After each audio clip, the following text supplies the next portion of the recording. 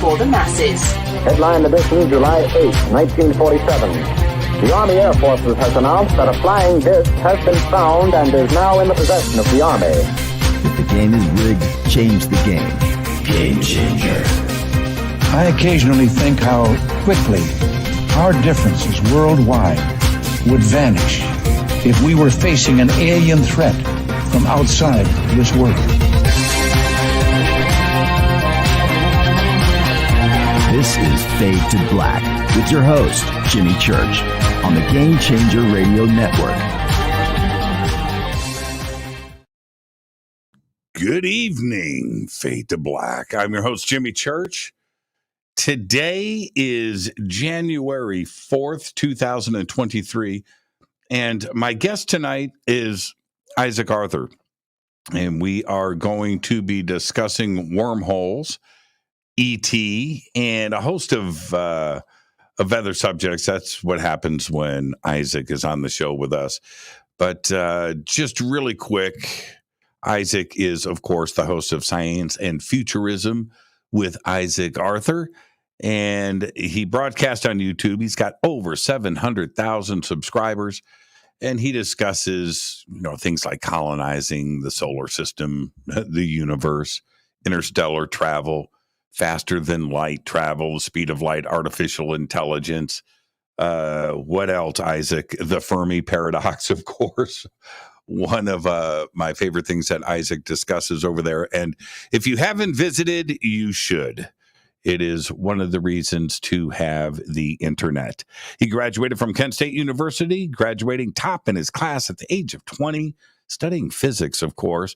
Then joined the U.S. Army, got out of the Army, then worked as a civilian researcher at the Air Force Institute of Technology in Dayton, Ohio. And I say it every time. That means Isaac is one of them. He is a man in black. He is the man in black. Let me see what he's wearing tonight. Isaac Arthur, there he is, my man. And here I am on Fade to Black. Yes, Fade to Black. Isaac, it's good to see you, my friend. Happy holidays. Happy New Year. Let's go. Glad to be back on again. How was the trip to Egypt? Oh, man. As soon as you said that, 100,000 people went, oh, no, more Egypt with Jimmy. Yeah, it was incredible. And if you haven't been, it is an absolute bucket list thing. And I know that that's a basic suggestion to anybody. Egypt is always, on the bucket list, and I get that. But it's the one thing on the bucket list you don't want to play around about. You actually, that is something that you want to do. It's extraordinary. Extraordinary. Well, I know my wife's maternal grandfather went there for some time, way, way back in the day, and it's one of his favorite trips to talk about, to go see the pyramids. So, you're a scientist, right? You deal with wondering and pondering and thinking, right? And trying to figure out solutions and measurement, right? That's what you do. That's the world of Isaac Arthur, right? You're going to go to Egypt and go, WTF, right? How did they, faster than light travel is easier than what they did in Egypt. It's an amazing piece of engineering they did over there. It's because they kept it up for so long. It's a lot like with Rome and the other places. Like, they did so much with so little, and it's just impressive. It speaks a lot to the character of mankind that we got that much work done. Right. Now, you're a smart guy, right? Much smarter than I am. Wrap your head around this thought. Giza, right? The Great Pyramid, right? The most coolest thing on planet Earth.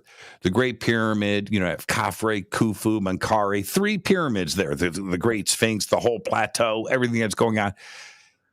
That was 2,500 years before Greece. It's like, what? It's 2,000. Yes, 2,600. 2,600 years later, Rome was mud huts. That's how old Egypt is. And the progression, where they were thousands of years before the Greeks even thought about democracy and philosophy. I don't think anyone in that era came close to what they had in Egypt, but some others paralleled it. And it was like, we'll find the most fascinating structure was underneath the English Channel from like 5,000 years ago, when I guess it wasn't flooded in yet, or over in India, of course, in China. There are so many of these ancient ones. So I had an uncle who was an archaeologist for Mesoamerica, and of course that's more recent, but it's a very similar technology. A couple thousand years later, it is amazing what those people did with so little, so no matter how smart they were. Well, see, but this is where you're wrong, Isaac. This is where I get to teach you. Can I teach you? Yeah, you better hit that coffee. You better hit that coffee, because Jimmy's coming at you. Here's the deal. To suggest that they had so very little, because everybody does, right? And I get the reasons to think that way, but you do not, like for the Great Pyramid, you do not level a limestone hilltop perfectly level to the earth, 18 acres, 18 soccer pitches, level it, and then orient that to true north by a 60th of a degree, and then put 2.5 million 5-ton stones on top of that, and everything else that's inside of it, without having a huge advanced theoretical knowledge of engineering, of math, and of astronomy, and what the earth is. And so how does Stone Age man do that? Well, it's because it wasn't Stone Age man. There's just no way. They had advanced mathematics and engineering. They had mad skills. When you go there and you see it for yourself, right? You put your hands on it and you see it. No, there's something else going on. I don't know. I don't know. I don't have those answers, but it's perplexing, man. It is always a possibility. And again, I don't want to they could have had hope. That's one of those things. I'm a scientist and I go by what the evidence tells me. And here's the thing is, we don't actually have very much evidence at all. Right? That's the problem there. Almost everything we know about Egypt from that era could fit onto a couple shelves, and it's a lot of it speculative. For my part, I tend to go with the mainstream theory on it, which is that they were very clever and very, very determined, and they were very willing to use unlimited supplies of manpower. On the flip side of that, somebody could have come by and given them some, helping hand. How would you even know if they had, other than by just being, as you say, just looking and say, nah, this is too much. And how would we know if somebody had come by and given a hand that? We did an episode on that not that long ago, just kind of examining that kind of theory while taking some fun at the Battlestar Galactica series. But it is always possible that, you can't say it didn't, When the ability to question left science, I think that's when, because what you're saying here is the correct way to attempt to look at it. We don't know. We don't have much information. Let's try to figure it out. Instead, today, science so much, it doesn't allow for thinking outside of your confines, right? You can't. You have to stay right in bounds all of the time. And you can't say, like what if? And tonight we're going to talk about wormholes and other things. And believe it or not, they're kind of tied together, because the concept of a wormhole, if we go back, this is the turn of the century when these ideas started to surface. Covered wagons, horses, right? The car wasn't even invented yet, but yet physicists and scientists around the world were thinking about these things. Relativity and the papers and the stuff that was all based on the foundations of other things too, as well, that Einstein was studying at the time, and there were other physicists and scientists that were looking at things all around the world. And the idea, the Einstein-Rosen bridge, and that came out of Einstein's field work. That was at the turn of the century. And that's because, right, they were thinking differently. Mhm. They don't do that anymore. Why is that? Why is science so clamped down? I mean, it's not that it hasn't had some of those phases in the past too, and it's not new. In some ways, it's actually a little bit better. Like 10, 20 years ago, even where I'm at, because I can get a way of saying more about these things than most people who are in academia can. But even where I was at, you couldn't have talked about, the possibility that the new Navy UFOs were real. I mean, I'm a hyper skeptic, but I always hated that. You can't talk about this because, it's not that it was any particularly strange bit of skepticism. We just get laughed off the stage. Um, and not it was kind of a tense laughter of people who didn't want you to impale their tenure. Um, there Mhm. is a lot of that there, and it's sad. And I know a lot of folks in the field who feel the same way. It comes up a lot. They're allowed to publish a little bit more fun stuff than they used to, but it used to have to be you had to publish things like that as speculative humor almost if you want to do a serious paper on it. And that was unfortunate because while you do need to have standards, you do need to have some way of separating the hard line stuff that's very experimental from the stuff that's a little bit more off on the side. Um, you need to do it with a proper clear head that says our goal here is not to put our nose up in the air or to deny anything that could be possibly true, even if it's unlikely. Our goal is to find the truth. And you rarely get that by refusing to look at something seriously. And I think you can actually point to phases of that in the turn of the last century with Einstein. He was not the radical thinker that was out of the box that people think. I mean, man was a genius, but people say, "Oh, Einstein, he came out of left field and everyone mocked his theories." No, they didn't. He was the pupil of one like those famous scientists of that era. Everybody figured he was going to be a big scientist at one point, and he was working in the patent office because that was a respectable job for a young scientist waiting for a professorship. But they had a lot of people who were going for some of those bizarre hockey theories on the one hand, like your phrenology type style stuff of the era, while on the other hand would never even look at some of the new concepts that were coming out. And we can laugh at that on the one hand, say, this stuff was science until we disproved it, or vice versa. It was crazy until someone showed otherwise. But you do have phases where science gets kind of clamped up versus other ones where it's maybe a little too loose on it. It does go in epicycles, and it probably depends on the field too. I would love to say that physics is not as infected with that as other fields, and I do think that's true, but it's there. Especially with folks who are you got someone who's established, they don't really need to go out of the box too much. You got someone who's new and looking to get tenure. They're afraid. They got the new thoughts, but they're afraid to go out of the box because they don't want to get to the next job and say, "Well, I'd love to be a professor here looking at aerospace and technology for you." And have you looked at my resume? Yeah, we did. What was that about aliens landing and how much it would take to land a saucer? Oh yeah, we saw your Facebook, right? And you're right though about Einstein. There is the way that it's almost like you have a few different terms here. You have legend and legendary, right? Yeah. And We so mythologize them a bit. right. And with Einstein, his free thinking out of the box thing, that's legendary, Yeah. right? That's mythological. There were groups, he would go to these, those physicists, especially back then, supported each other. They'd hang out and smoke cigarettes and drink scotch all night and contemplate things. And that's what I wish they would do more of that today. But Einstein would show up and straighten them out. Not so fast. That's a little bit too far, and so the Einstein free thinker that's a legendary, that's mythological. That's and he folklore. was brilliant. He did so. I mean, if I had to, we were looking for the top scientists ever, and we say Newton and Einstein. They Sure. deserve that status. There's a handful of people I could name who probably deserve to be on there, and probably dozens of others who are amazing but never really caught that public eye historically. But at the same time, they weren't singular, but they were about as close you could get to it. They were that extra cut above. At the same time, they weren't that huge of a cut above. Folks like Hawking, brilliant man, Mhm. but no smaller than Penrose, his colleague from the time. Just more memorable, in some ways.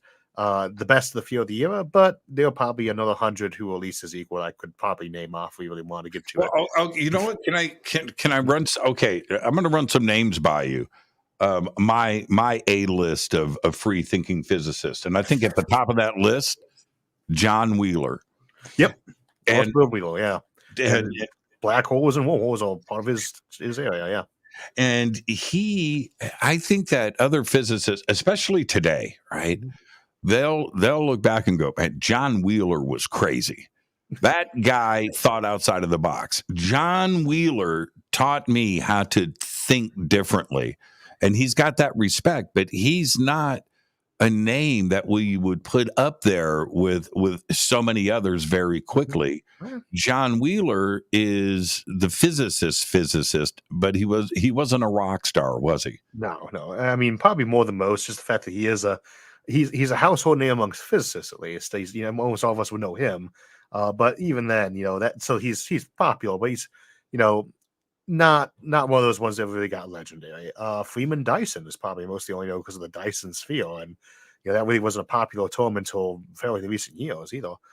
He was another brilliant one. Richard Feynman, was one of those household names, but I can name like Tipler, Hoyle. They probably would have been more famous if they hadn't been on the more controversial side of some things, like A.V. Loeb, famous guy, but mostly for what controversial stuff he says. But he's brilliant. Mm-hmm. As I like to remind folks, just because you have a crazy idea in physics and might be a little bit nuts, doesn't mean you're a bad physicist. That just means you're normal for a physicist. Everybody in the field's nuts. Every single one. Yeah, Tipler is another one like Wheeler. He's Tipler's at the tippy top in my world. Kip Thorne. Yep. To me, and we're going to spend a lot of time talking about Kip tonight, of course, too, as well. Well, and you can't talk about Kip and wormholes without talking about Tipler as well. And it sounds like I really know what's going on, but I'm just fascinated with these guys. And I try to read all of their material. I've gone back and listened to Feynman's lectures over the years. And there and watch there, you can see some of them are on film that were shot, and a guy like Feynman, who again outside of the box, man, very controversial at the time and still to this day, but Feynman had a way of making every man or every woman, and every person, somebody like myself, kind of get a grip on physics, where I could sit back and go, you know what? Dang, I think I got it, right? I don't. Yeah. But I think some get unpopular just because they get popular. We used to call it the Sagan effect. I think that's actually a name for it, is when a person gets so popular amongst the laymen for the field that his own fellows start kind of poking at him because, he's not really as brilliant as all that. And of course, Sagan and Feynman, well, Feynman especially was brilliant, but Sagan was very, very good at the very least. And the same for so many of these guys, like, you have folks who are very good at explaining things. Of course, that's kind of my shtick too, so it's more important to me. But if you can explain something to people, it has a value because at the very least you're recruiting new scientists. And Feynman actually did some of the most fundamental work for quantum mechanics out there. The man was brilliant in a research sense too, but he could just get you to love the field. He could get you to love the field. You know what I did with Feynman one day? I'm not making this up, man. You'll get this. I'm watching one of his lectures, and he's drawing. He's literally. I'm not making this up. It's like a circle, a square, and a triangle. That's what he's like drawing, right? Okay, so now let's talk about the speed of light. And I'm looking at this, and he's explaining, and he's got this real simple illustration. It's like a stick figure. It's like he's playing hangman. This real fundamental drawing up there, and I'm looking at that, and he's explaining through it, and I said to myself, he's faking it. He's not a physicist. He's faking it.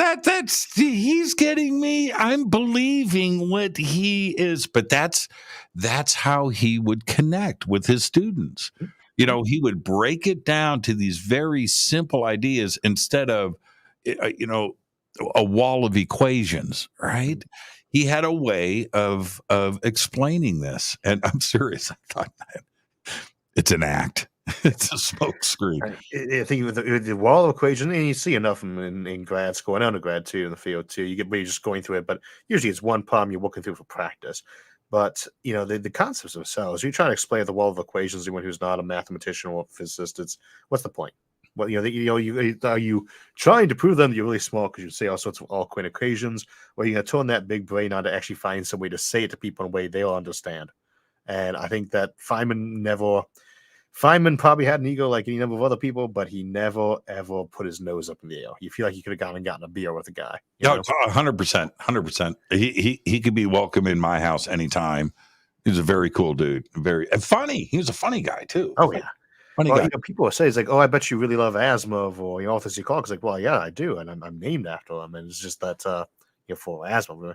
But they say, so who's your role model? I was like, well, Ben Franklin and Richard Feynman. Those are my two big ones I try to emulate. Followed very shortly afterwards by Sagan. And Richard Feynman, and he dressed right, the black tie and the always wore a suit. He had a style, yeah. He had a style. Yeah, I liked him a lot. So let's talk about wormholes for a second. And before we jump, wormholes today are definitely it's a trending term. Mm-hmm. It is exploited throughout theater and science fiction books now. It seems to be everywhere. Last week, we'll go through that too as well. What happened up at Lawrence Livermore, which is crazy in of itself.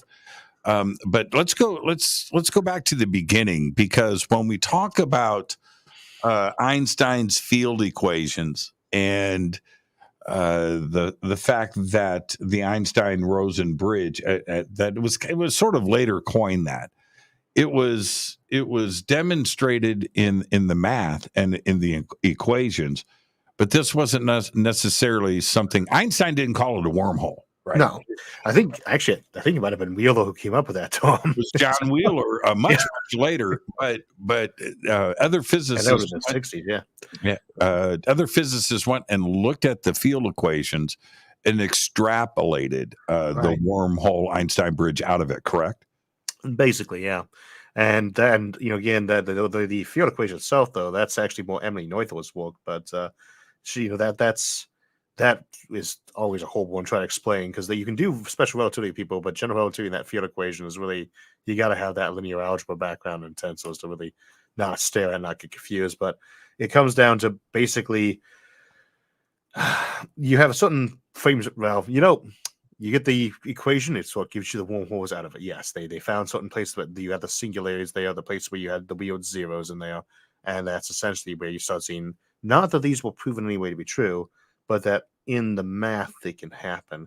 And that is one of those places I tend to differ with some of the other folks on this. Is I don't believe that math equals reality.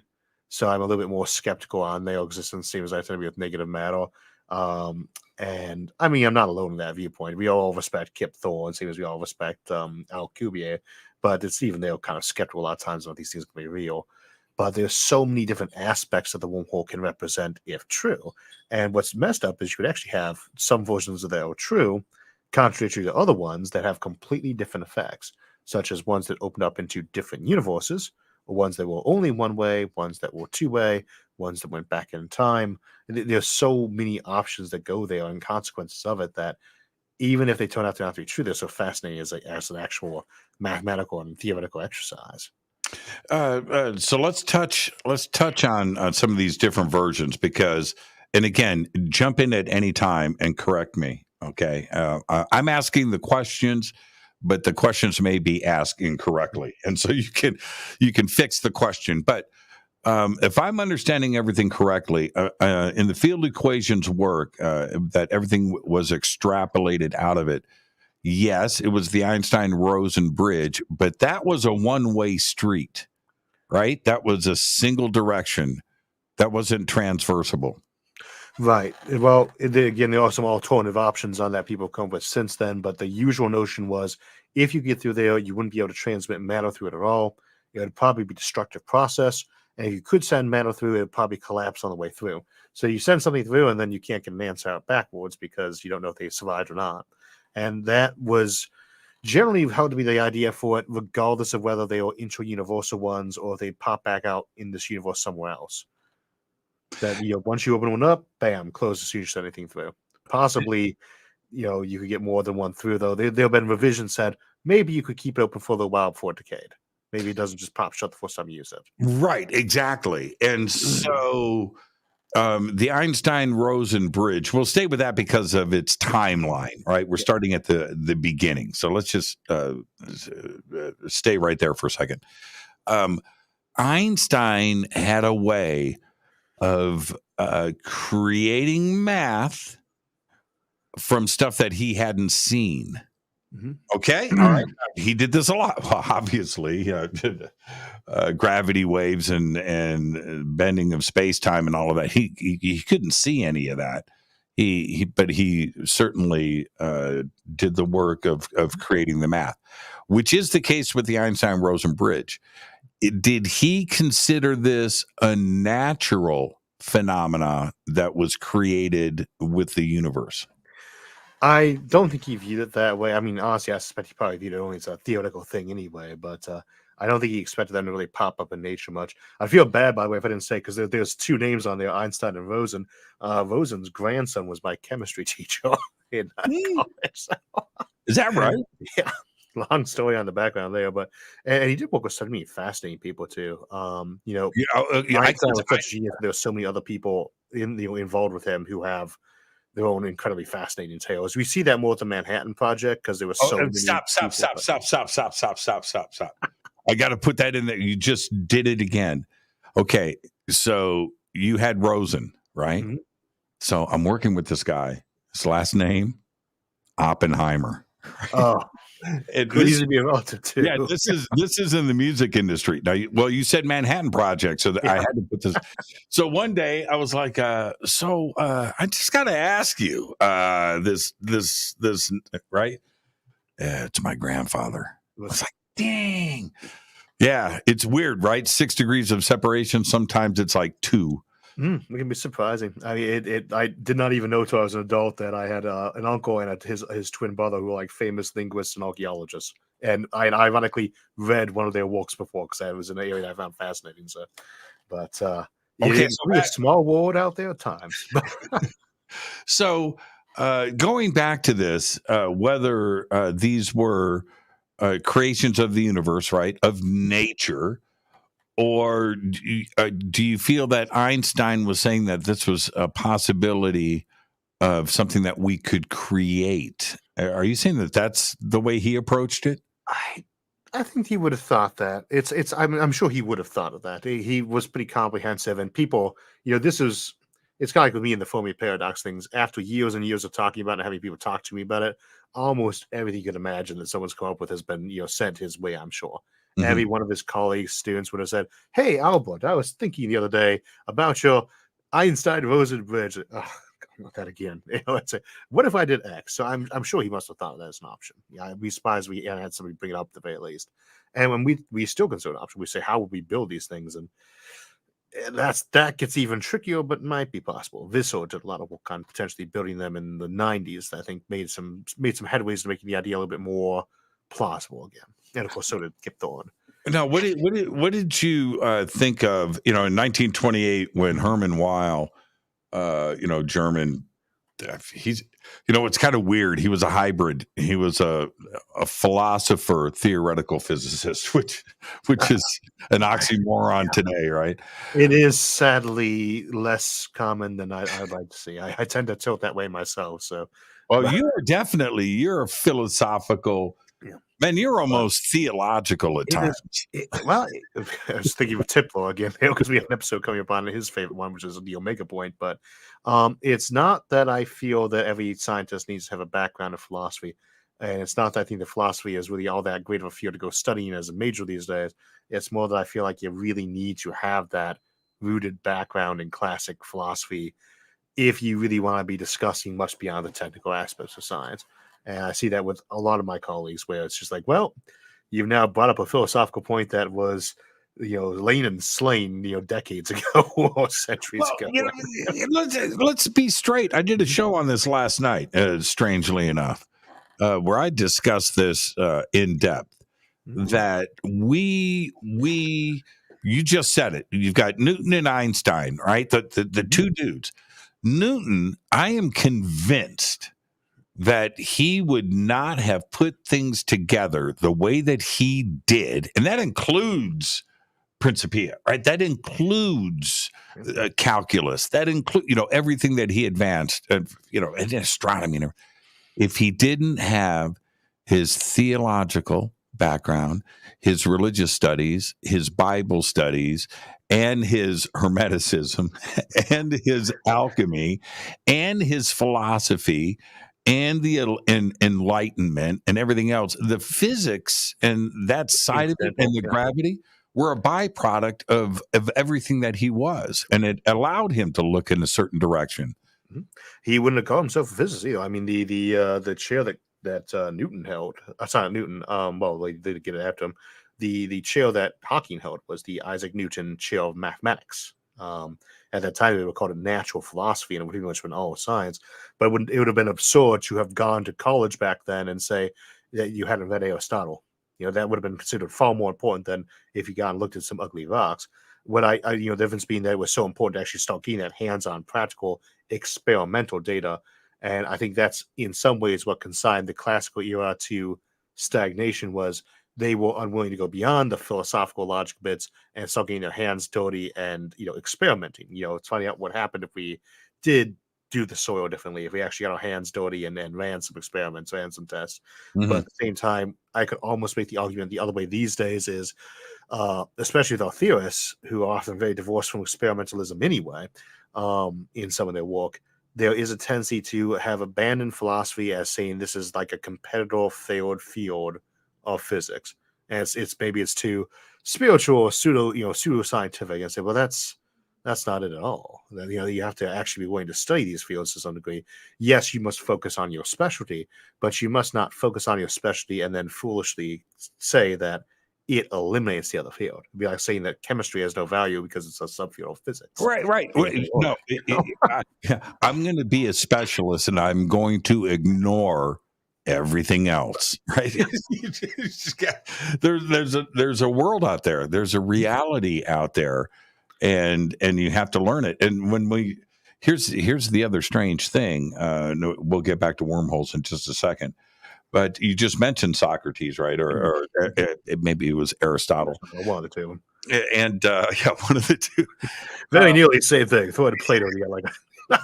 But both of them said the same thing, that philosophy didn't start with them or the Greeks, that it all came from Egypt. And then, so when you follow the chain and the names that they have dropped over the years back then, but have been documented, it's 1,500 years old, 1,500 years prior to when Socrates visited Egypt in 300 BC. Civilization was already ancient when Athens was the big place. Right. And to stay with that idea going through to today, Isaac Newton, it's 300 years ago now. I think he died in like 1720 or something like that. And we're in 2000. I know he was alive sometime in the 1600s. I can't remember which time it was. Right. In that after Kepler, that's what happened. That whole period, of 5,000 years of that science and development of the world, all of those scientists, and you can call some of them physicists and astronomers and mathematicians, they were all philosophical. They were all philosophers, and they all had spiritual foundations.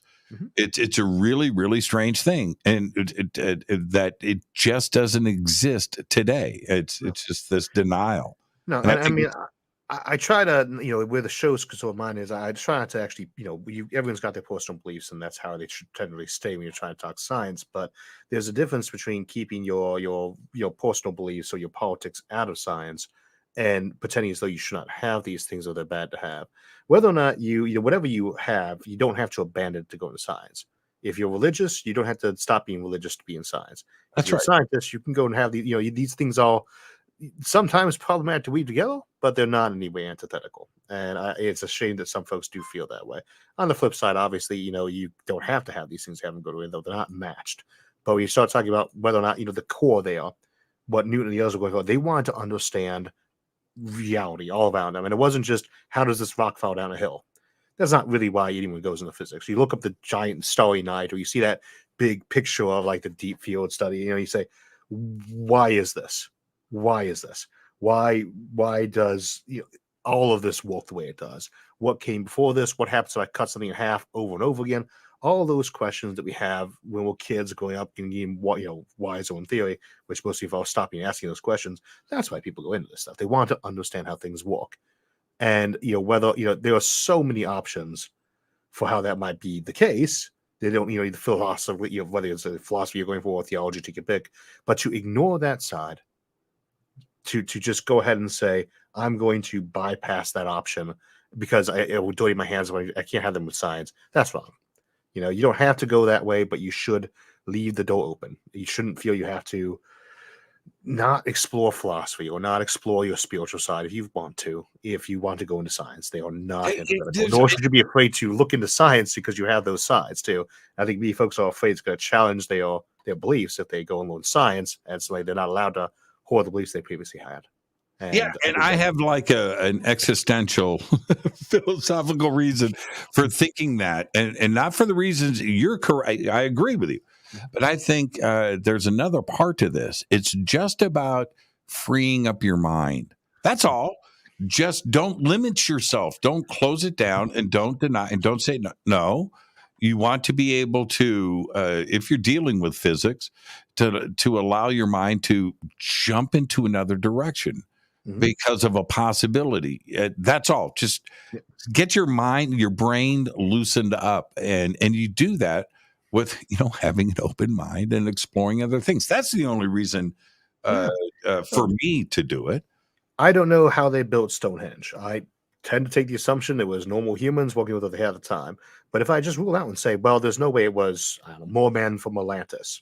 I'm assuming that's probably not the case, but if I just said that's impossible, and then someone comes by, and this sort of thing does happen. Weirdo things, weirdo at the time, they seem normal to us now, but they've seen weirdos to us then. So he shows up and says, we got this dead Moorman in the back seat there, and he happened to be carrying along his photograph and history book here that actually shows them building it from thousands of years ago.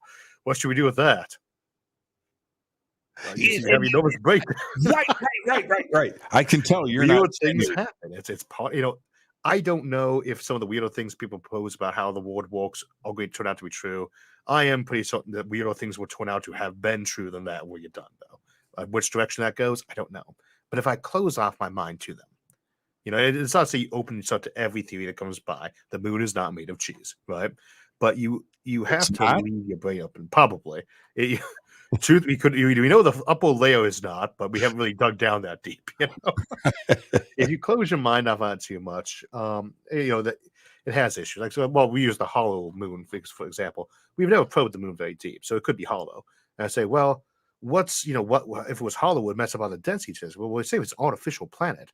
What's one of the most common artificial worlds we talk about building on my show is what we call a shell world, where you intentionally place a hyperdense object like a black hole in the middle, because it lets you make whatever gravity you want on the surface. And so it's a hollow shell around a tiny little thing. And that is a very logical. If you got the technology to make black holes, that is a very logical way to do your world building. It makes more sense than the normal kind.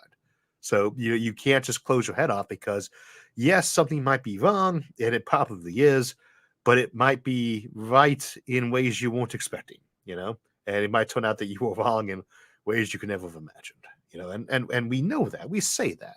We say it like a mantra, and yet we kind of have to, because we still do. We still close our brain off, The amount of physicists where we start to compile some of the big brains out there, there has always been a fascination with wormholes for them, and everybody has their own ideas behind it. But then when we take what the wormhole can be and what it suggests, we get all of the gifts.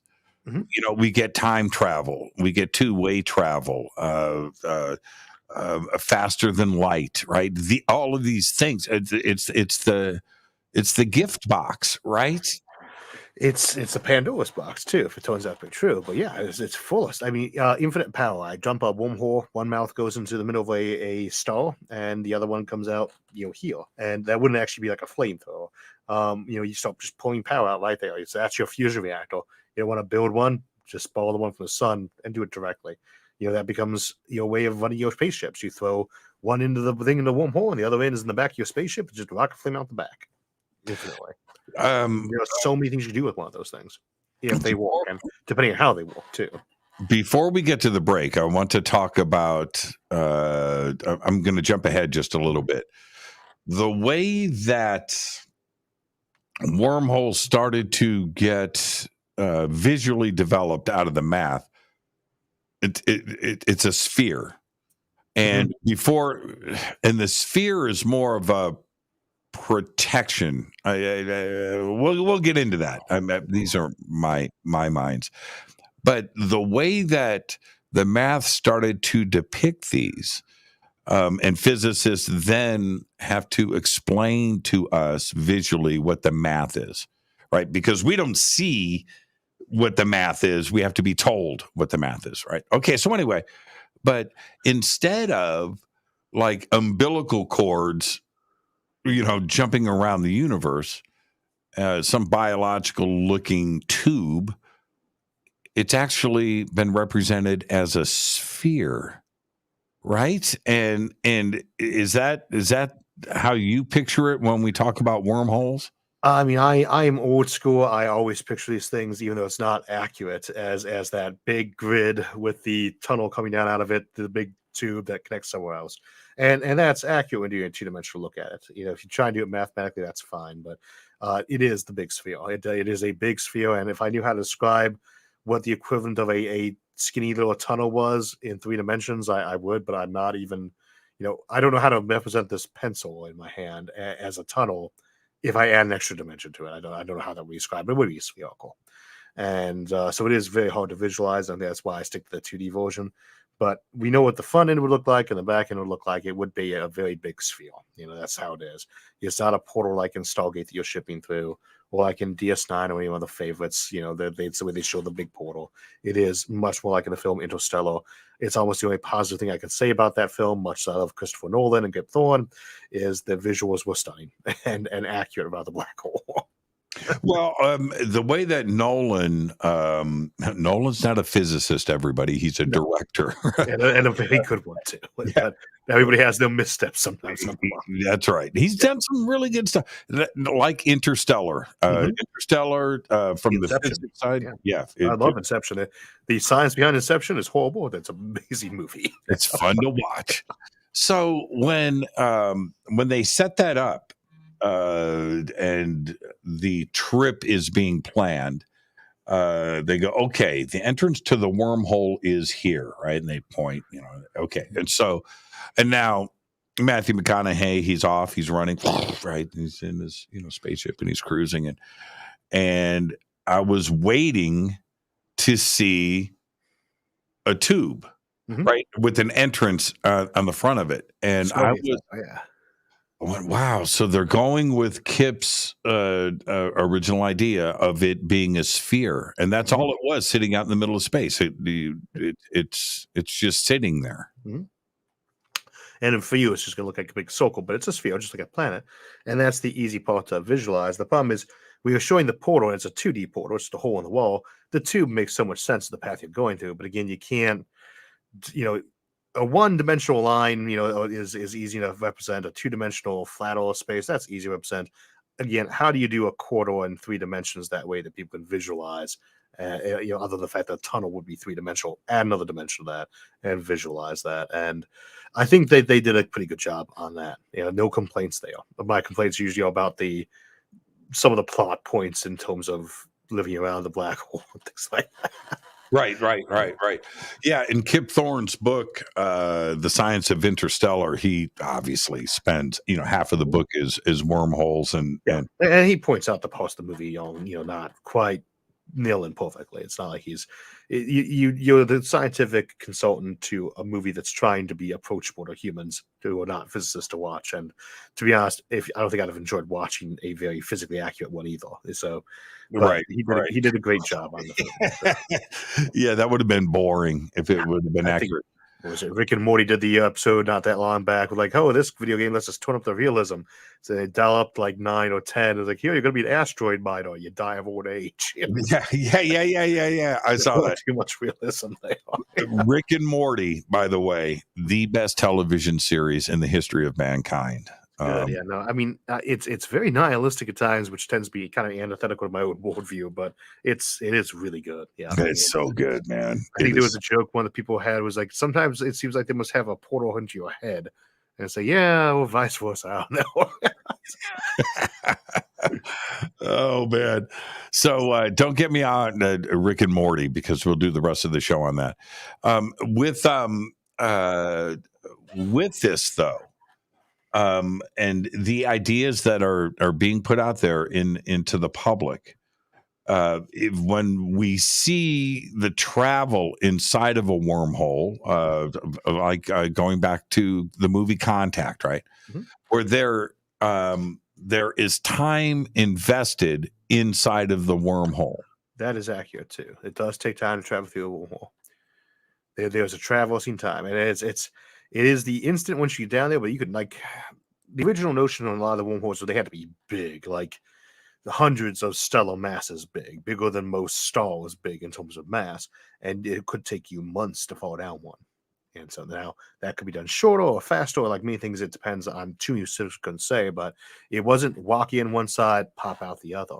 And it's also not like in Stargate where you step in and there's a long motion, cool little sequence for the film, and then you step out, same step. You're traveling. There is a travel time there, and you're not in a frozen moment of like special effects there either. There's a time. Space hasn't been folded, Mhm. right? That's not what. No, it's only been connected. Well, I mean, you can look at it either way. There's still the time to fall down into it. Mhm. It's a you got to go into the wormhole and go through it. And there is, well, because there was so many different versions of these, including besides the Einstein Bridge, like in Event Horizon, where they do the classic, which is a sadly underappreciated, if in many ways terrible film. But Event Horizon, they show, I can't remember the actor's name right now. He's in so many things. He's the scientist there, Dr. Whale. He shows him for a piece of paper and stabs a pencil through it. And it's supposed to crack by Jurassic Park. What's his name? It's not Jeremy Irons. No, it's definitely not Jeremy Irons. No, hold on a minute. Okay, continue. But anyway, the fellow from there who is in so many things and does so many good roles, he's showing that's the boring situation where you fold two pieces of paper together and then poke a hole through it, and that should connect to your map. Sam Neill. Yeah. Okay. And now I'm confused here with Jeremy Irons because I picture him in some other roles there, but it doesn't matter. No, he was in Jurassic Park, man. Sam Neill. Yeah. Okay. Great actor. Great demonstration there. But the other one is we say, well, we're going to put these things, like I'm going to take a balloon and I'm, too soft balloon. I'm going to poke it in two different places and reach for the middle or reach to connect the two. That's more of your tunnel that you'll be traversing version. And if you're doing 3 dimensions, let's say that's more accurate. I'm taking this big balloon and I'm poking my fingers together on two sides, but they don't have to be opposite until they connect somewhere. And there's a tunnel there. And that's more of your traversable distance thing. Only that don't think of this being like the radius of the distance between the things or anything like that. It's going to be much shorter than that, but it is a traversable distance you're following. And you can have things in there that would be unexpected, like the usual notion is, wow, I can make me a perpetual motion machine because I'm going to open up 2 gateways, right? The gateway above that falls down and it goes back to the top. So portal A drops, goes back up to the top again, keeps dropping, and I put some ball in there that keeps falling down. Maybe I put a water wheel in there and there's water that keeps falling down to the portal, starts back at the top, gravity pulls out more and keeps going down there. That's not how that's going to work. For one thing, of course, gravity is not an infinite power source, but it will actually lose speed as it goes back up. If I drop a ball through that portal and it goes back up to the wormhole up top, it will lose that speed. Okay. It isn't outside universe. But this is one of the most important. Let's go with fundamental points with wormholes. Mhm. ET some advanced civilization out there that has figured out wormholes. Like we have now figured them out, right? But they are taking advantage of them. So ET uses a wormhole to get to our star system. When they exit the wormhole, what speed are they traveling? Good question. I mean, do you shoot out at faster than the speed of light and go past the sun in 8 seconds? Or Right. Well, right, no, you won't. But here's the thing on that: like, if you were coming out with the speed between your 2 points, every billion light years you get away from Earth, you add 7% of light speed to your velocity, and that does let you go superluminal. Right? That's one of the few ways about it. We all say nothing in the universe can go faster than the speed of light, and they have to minimally say, well, most of the universe is actually moving away from us at faster than the speed of light, but it's because the universe is expanding in size very quickly. Nothing's actually moving that quick. You don't get to carry that velocity with you, presumably. They always have the caveats on that. So if you went into a wormhole going, say, half the speed of light locally, you have to adjust. Are you adjusting to add the difference in velocity between your 2 points there? If I open up a wormhole from the surface of Earth to the surface of Mars, am I going to be killed by being hit by a cliff because I forgot to change my rotational velocity or right, it spins or right, with orbit? right. And I mean, all the way back to Isaac Asimov, at least they will play with that in sci-fi. What would happen? In terms of, do I go back in time and end up inside of a cliff or realize that I'm halfway across the galaxy from where Earth is and I'm in the vacuum of empty galactic space because Earth's not there anymore?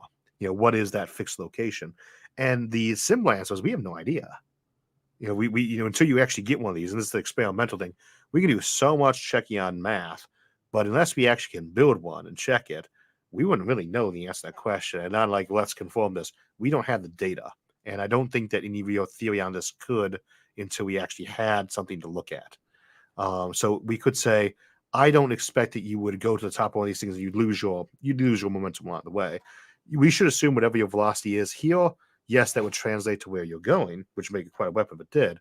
But you still presumably have to take into account something like expansion and whether or not you pick up speed from jumping across galaxies and you got that expanding Hubble expansion. Do you pick that up or does it get negated out, same as the ball falling down and then losing speed on the way back up? We don't know. But aren't you protected with an electromagnetic shell from the rest of space? Right? This goes in the practical aspect of how you actually build a wormhole, which is but that's part of the theory behind wormholes is the negative energy, building this electromagnetic shell.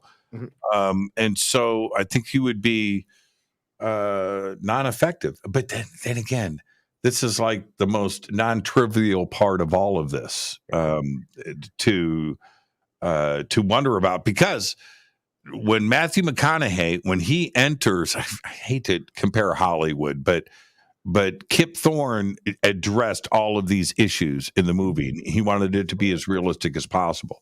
So when McConaughey enters the wormhole, when he comes out of it, he's not pumping the brakes, right? It's not like he shot out of that thing superluminal or half the speed of light, right? And had to slow down. He was already there and parked in space. Generally speaking, I mean, it depends on how you're building the black hole. I mean, the wormhole, of course, but the usual loose notion is it's a modified black hole, and it's a very massive one. As you're falling into a black hole, you pick up a lot of speed. You are essentially going to be accelerating to within, kissing distance of the speed of light. But on the other end, you're falling out of a black hole, essentially. So you're going to lose a lot of speed as you go up. A wormhole should add to your speed as you're going down. That makes sense. You traverse it very quick in many ways, and then you're going to lose on the way back up. So you shouldn't really come out with anything different in velocity in that respect. But then you start trying to figure out how, what direction is my velocity as I'm going in? How does that pop out? You're coming out with something velocity-wise. You're not coming out completely stuck. Okay. We're good. We're not. I don't have to time the break exactly. But what if you went against the grain? You went upstream in the expansion of space, and or the opposite. What if you were going downstream in the expansion of space? Right? Well, yeah, you could do that. That's the you have the normally the wormhole you shouldn't be able to go back to before you made the wormhole time travel wise, but there's ways to get around things like that too. But you got this wormhole that's earlier in the universe on one side than the other. Expansion at a different rate. Then it's moving at a different speed between two galaxies. At a different rate. The wormhole you open up in Andromeda, not say Andromeda. Let's the other some further away galaxy, a billion light years away. You're moving at 7% of light speed. The time is moving slower on that end of that wormhole now. If you come out of that thing, is it earlier on time? That's what we're assuming. But then the question is the velocity you're coming out slower now for you? Whose expansion speed are you using? Right. What year, you know? That's what I'm saying. If you're going upstream or downstream, depending on your direction in space, right? Mhm. I would say, I mean, there are a lot of theories about how this should be. You know, there a lot of people have gone through amazingly good math too. I'm not going to debate the math about it. In fact, I don't understand it as well as most of those folks who are specialists on this. But at the same time, that is what it is. It's the math, and it's not ironclad. Without the ability to really get one of these things and say, so much of it is a guess. So I can't tell you that if you come out of these things, you're going to be moving at 7% of light speed now, because that's what the expansion of that galaxy is now. Or when the thing was formed, say, a billion years ago, maybe it's 6%, or maybe it's exactly 0 because you come out without that velocity. And they all, again, we have a lot of good theoretical treatments. They don't all agree, and they are fundamentally just theoretical. So almost any of the scenarios we've seen presented could be true. Okay, so ET, again, wormhole, our star system, which would explain a lot too as well, that one of the reasons why we don't see a whole lot of interstellar traffic is because it's wormhole travel, and we wouldn't necessarily pick those up with radio telescopes or the Hubble, or if it takes 600 some solar masses to build one, you probably don't want to be using more than maybe one for every few 100,000 stars, or you're devoting most of your mass to building a wormhole. Unless it's not that difficult. Maybe it's easier, like the Egyptians who built the pyramids, right? Yeah. They did it because it was easy. And there are consequences, like how does the wormhole work, but also how small can I make it? Like if I can make a wormhole so small and cheap that I can fit one in somebody's house, then maybe I have my house built on 15 different planets and the doors are actually doorways. But that's exactly okay. So now let's go back. So ET arrives here, and now you just said Andromeda, but it wasn't that far away, right? Okay, but let's say Andromeda, it's what, 12 and a half million? 2 million light years, or 2 million and change, yeah. Yeah, 2 million light years and change. Okay, so you say 12, I say 2. It's close enough. But the closest galaxy to us. And they arrive here. What happens to the time from their origin? So, in other words, right? I mean, do they, if that indeed happens, what happens to the origin time, the point of origin? And then you turn around and you go back home through the wormhole, and you go back and you go, okay, Earth was cool. What are you talking about? We just got back. You never went. What do you mean? Right? Could be erasure visits. I mean, that's a possibility. You know, when you start throwing in temporal paradoxes, it might easily be that the only way you let the stuff get used, or the only way it could be used, because some of these things might kind of forcibly end up with these kind of self-erase or self-correct, is you could be in a situation where your fast light travel always automatically erased its usage. And indeed, Alistair Reynolds plays that in some of his novels, where basically every civilization that goes faster than light ends up basically erasing themselves. So do you have to then consider all of your destinations, and then the return trip back home? You have to factor in time travel to that. So yes, you know that you're arriving and departing and returning at the time that you need to do all of this, so people remember your name, right? Because what if you're off by 1,000 years? It is very well. The moment you put time travel in any equation, I mean, I did an episode of that some months back, it gets bad. Like one of our conclusions from our episode Time Wars, if you're in a situation where you have alternating timelines of each their own universe, each individual what if has so many options that there's like a trillion new futures every second for each one, which means if I'm, say, 1 million years ahead in time, or 1,000, whatever it is, it's a trillion different universes. And let's say just 1 in 1 million of those says they want to go back and invade today. So you got portals opening up of all me stamp you out from 5 trillion different timelines auto-invade right now, as they're unloading endless soldiers upon the battlefield, the planet collapses a black hole under its new mass.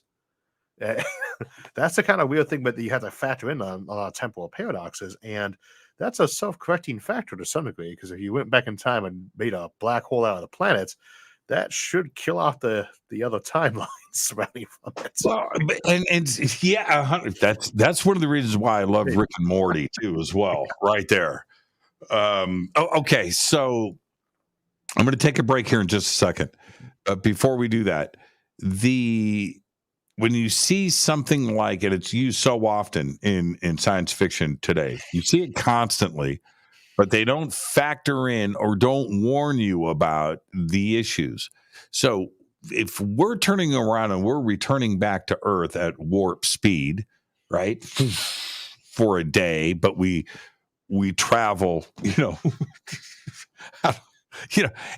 we pull up to Earth, nobody is talking about what time it is. Right. The writers and the director are just assuming that the audience is assuming that we're just all on the same page, the same calendar, the same Google contact sharing program, and that we're all synchronized to Greenwich, right? Greenwich Mean Time. But that cannot be the case if you're zipping around the universe subluminal.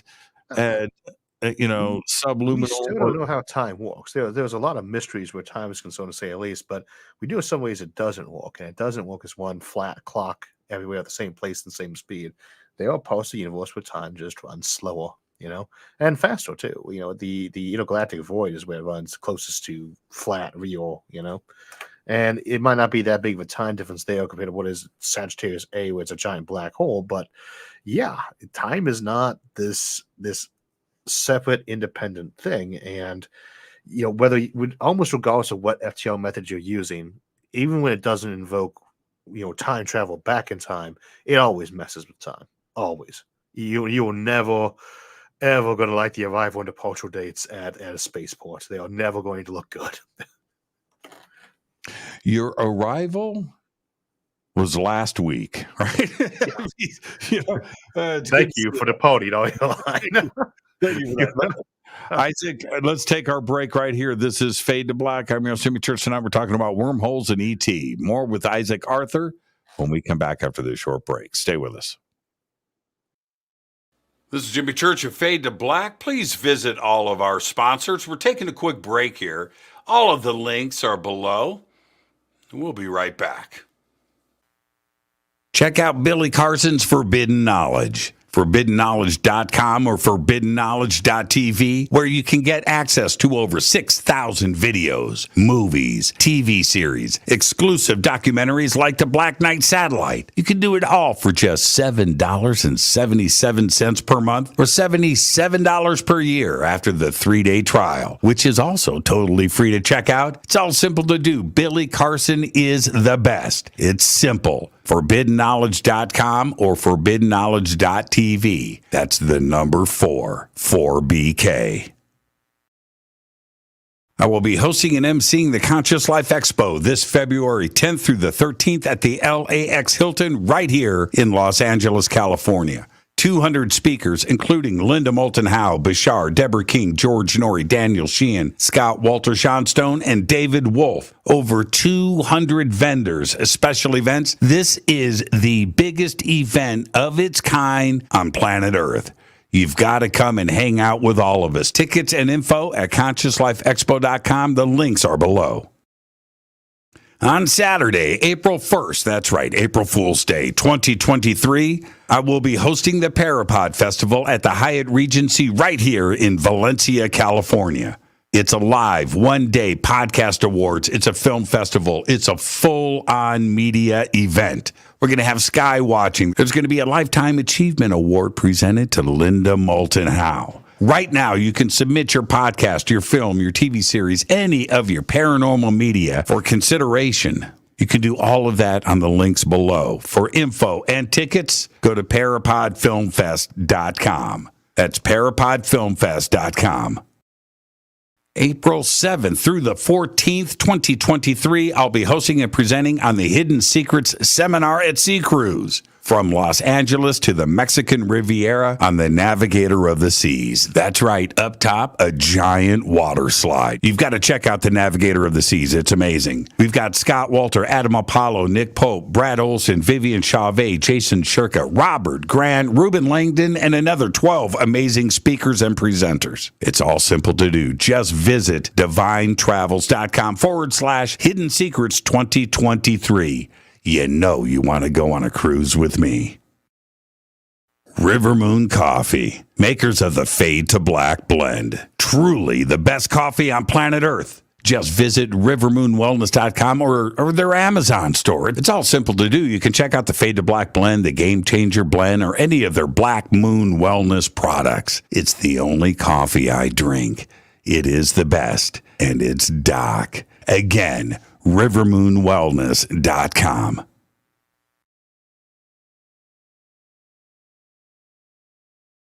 All right, welcome back. Fade to Black, I'm your host, Jimmy Church, and tonight our guest is Isaac Arthur. We're discussing wormholes, and I have a wormhole that is running right now, and I am able to observe Isaac on the other end of our Einstein-Rosen bridge, and he's back with us.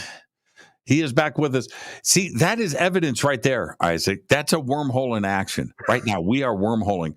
The announcement came on November 30th, just over a month ago, about, for the first time, that scientists have created a wormhole, and they did it with a quantum computer. They did it with, now this is all from memory, so don't assume me if I'm wrong, with a quantum computer called Sycamore. Mm-hmm. And the description of it was in the press release, and the words that were used was that it was a teleportation through a hologram, right? And quantum qubits, quantum information passed through this hologram wormhole. Very small, yes, and very tiny. It's not like anybody was driving a car through it at this point. But at least the ideas for the Einstein-Rosen bridge seem to be now firmly seated in reality. Kind of. It was a simulation in the end. It was being simulated on a quantum computer. Now, it is a pretty big deal in terms of what they've discovered from that modeling, but they didn't really open up a portal and move it. At the same time, some of these ideas are already still pretty firmly in the mix. Like, we've been doing quantum teleportation for a while, and that is part of how quantum computing works. The principles that quantum computing work on, the principles that fusion in Star Wars works on, all requires teleportation to work. So there's a way to move stuff where it's not supposed to be yet. That is firmly baked into reality.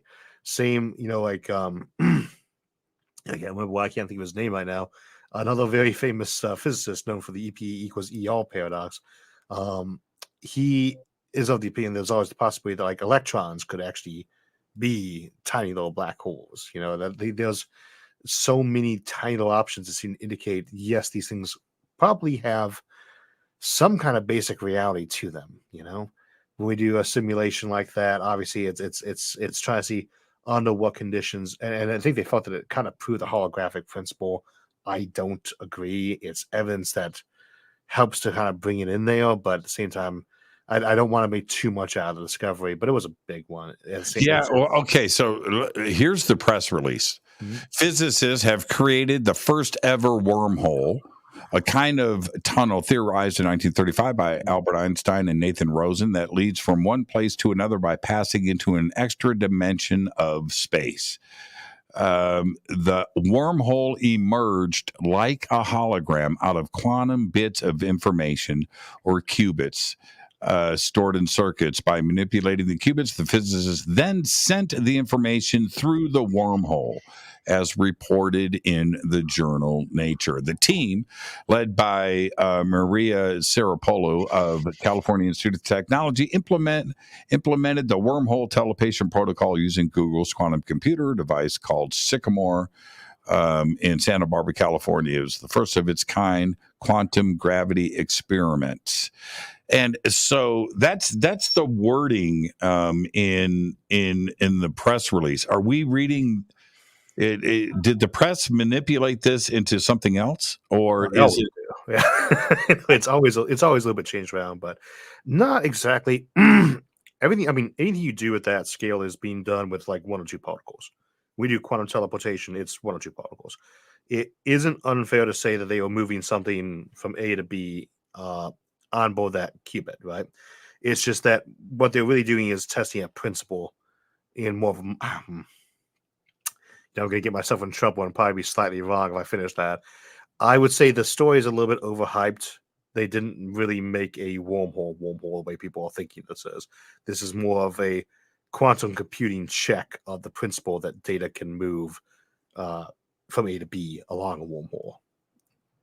Oh, that's what they said. You It is almost impossible to discuss quantum sanely. How to Sink the Titanic by Isaac Arthur.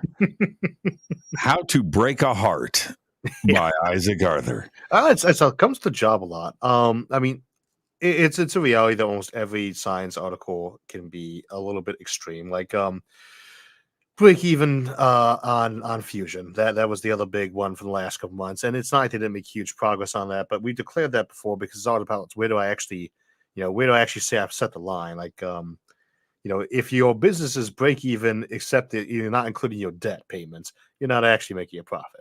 And it's kind of like what it tends to be with fusion technology. We say we made an improvement that lets us use less energy to get the result out of fusion, but until you can actually run the generator that's powering the fusion device on itself, you're not actually at break even yet. Can I ask you a question about that experiment? I am really confused about something, and it's this: our sun at its stage, our sun right here, our sun at its stage, at its age of development. Right now, it's got a hydrogen core and it's burning at about 10 million degrees, right?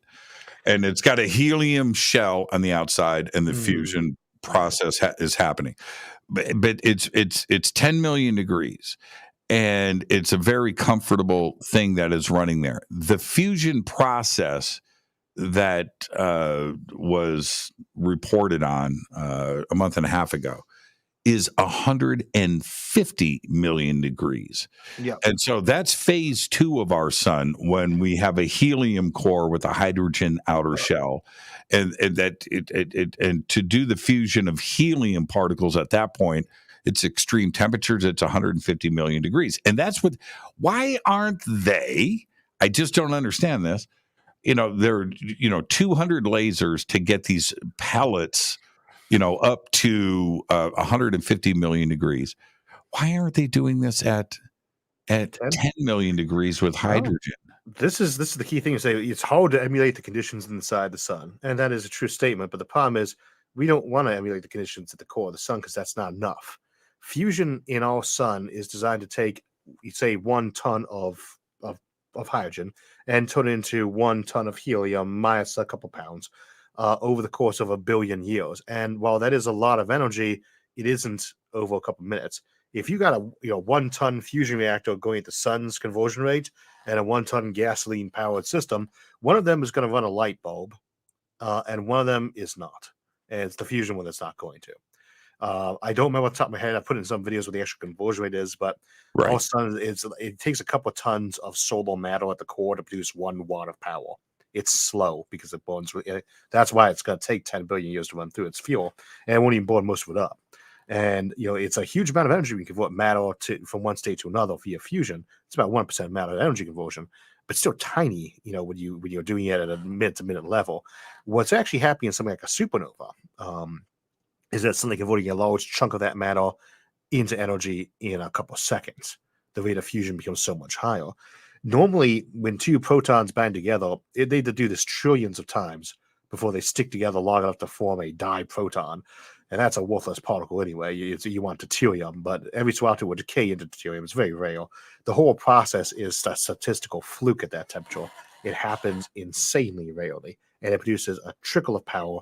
But out of that much of it, it will do it over a very long time. Like, to make sure I got decent numbers here, our sun gives off 4 times 10 to 26 watts, and it weighs 2 times 10 to 30 kilograms. So that's almost a million difference of a million, half a million, right?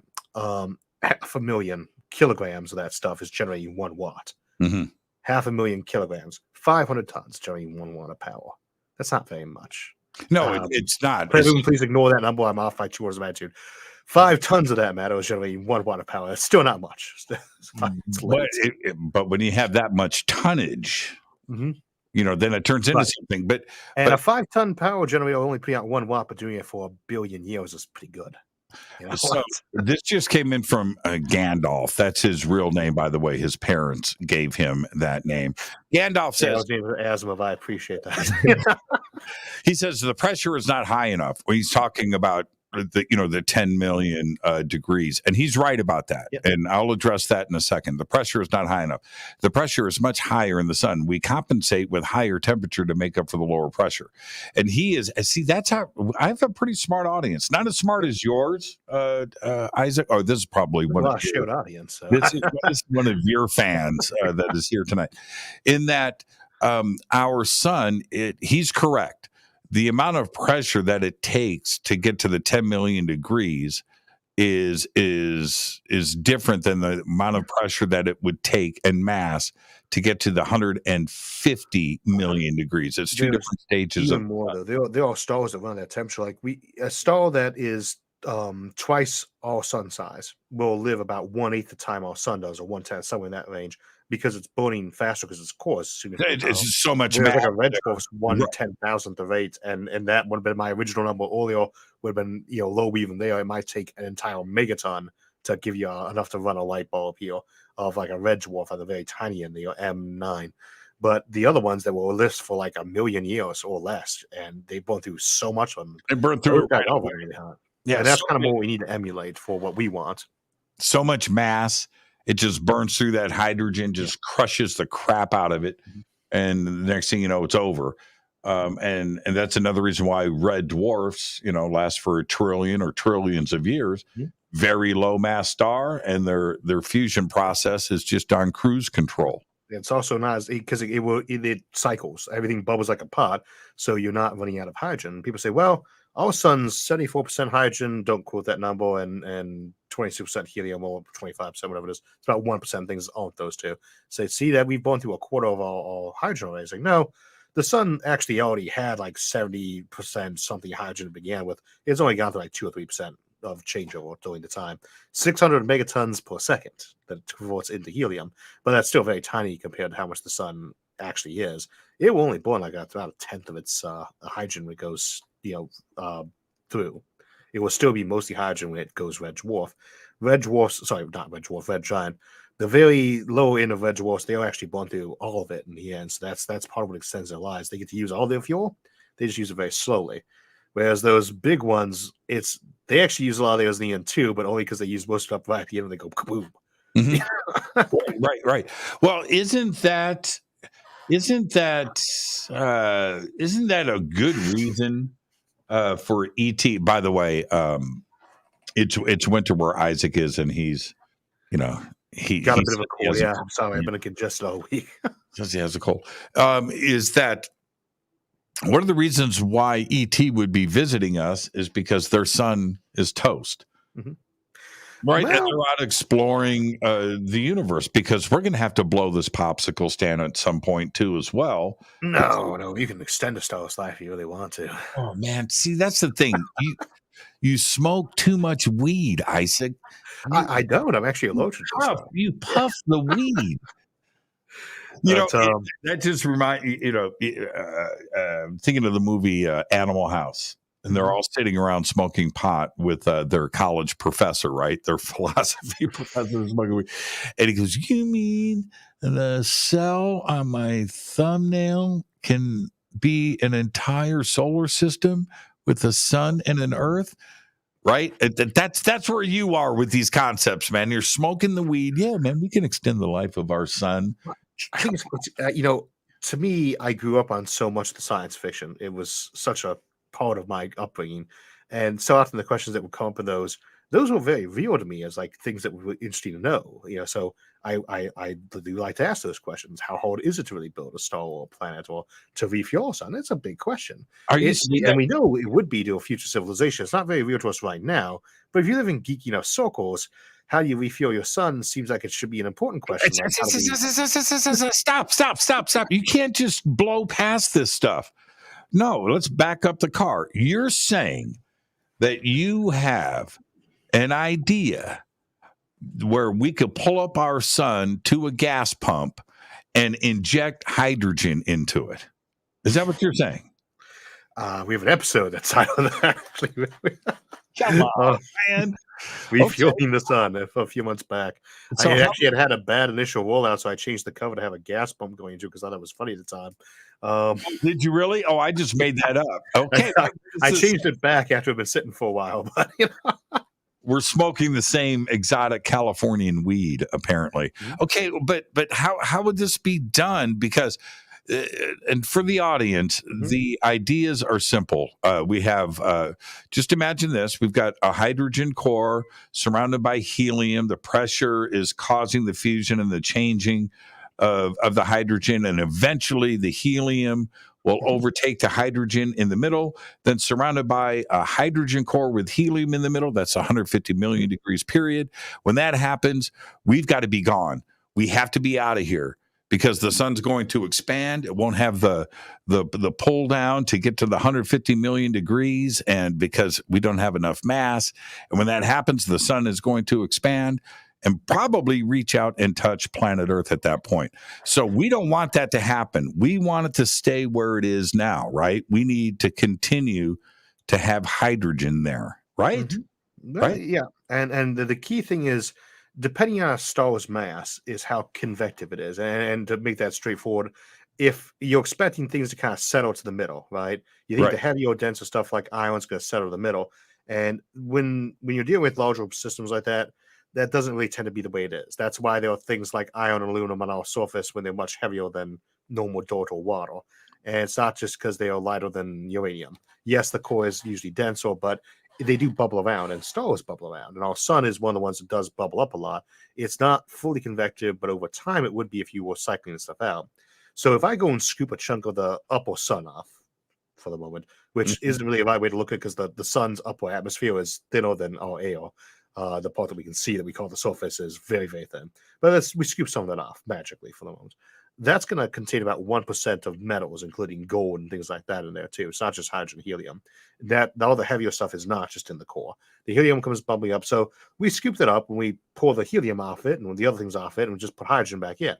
And maybe we suck some hydrogen off of Jupiter, for instance. Jupiter's got a 75 million year supply for the sun, right? Or some other places. There's a lot of free hydrogen out there. There's a lot just floating around. And you take that helium and you do something with it. Maybe you dump it into a black hole to use inside a shell world, like a hollow moon. Maybe you use it for artificial fusion. There's lots of things you could do with it. But how do you get it off this very hot object? And the surprising thing is you use the sun's own power. This is a process we call star lifting. And there's 3 ways to do it. One of them is called the huff and puff method, because you smoke weed, right? I didn't. That's not mine. I can't remember. There you go. That's order. Look, you've got every reference to 3 pigs there, but I think you've got everybody talking about weed now. See, look at the comments. Here they come. Yeah, I am allergic to stuff and do not use. But but I quit smoking a couple years back too. No more tobacco. You can pull the matter off because there's such a huge magnetic field there. And already matter comes off anyway because of solar wind. That is millions and millions of tons of material blowing out the sun. So you focus more energy down, maybe with the meal, whatever it is, just to heat up a spot so it blows more solar wind off. Or you do something that looks kind of like an accordion bellows thing. You can see a visual of an star lifting episode or Fueling the Sun will walk you through. It just blows more of that matter off, and you magnetically scoop it off as it goes, usually off the poles by preference. And that gives you a huge, giant bellows pumping the sun off. You cycle that material off, you drop the hydrogen back down. But And how does the hydrogen travel through the sun? It would have bubbles up over millions of years. How does How gold does it get to get the surface of the earth? right. No, okay. No, I understand that. But wouldn't it have to get through the helium and back into the hydrogen core? Well, the helium's the core is not actually hydrogen. The helium density is highest in the core. The hydrogen is being turned into helium there. You're thinking of stars that are getting ready to go supernova, having multiple shells. Our sun basically is about the same consistency throughout in terms of makeup, with a little bit higher helium in the core, just a little bit. And the core is much denser, but it's still mostly hydrogen. And it's about the same ratio of helium there as up by the surface. It is a little bit higher, but not too much. And if you keep cycling it out, it will actually leak out enough that you would never have to have the sun go red giant. And you can actually do it when it was getting ready to go red giant if you really want to, because it's easier to suck matter off of red giants. But you just keep cycling it in as long as you got a source of hydrogen. And since you can build Saturn-sized fake planets that were made out of just hydrogen with a shell around them, that's a very good way to store your gas tanks. Giant planets of Earth's type variety that are 100 times bigger than Earth, floating around waiting to be turned into fuel tanks down the road. Do you think that the amount of energy that we're going to have to harness energy from somewhere if we're going to go and construct black holes and wormholes, right? It's not going to be an energy source from Earth. I don't think so. I'm thinking we're going to have to go external. Would we have to go to Jupiter for that?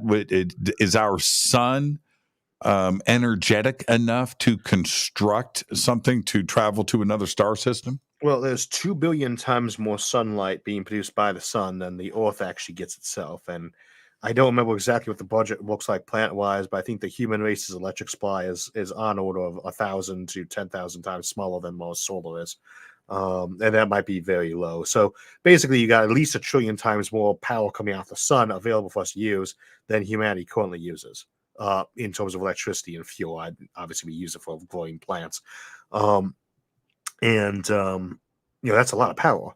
And you can do something like a solar sail or a laser sail, which instead of letting the sun bounce off of a mirror that pushes it, you say, screw just a little bit of divergent light, let's go ahead and hit with a laser beam and accelerate it very fast, or faster anyway.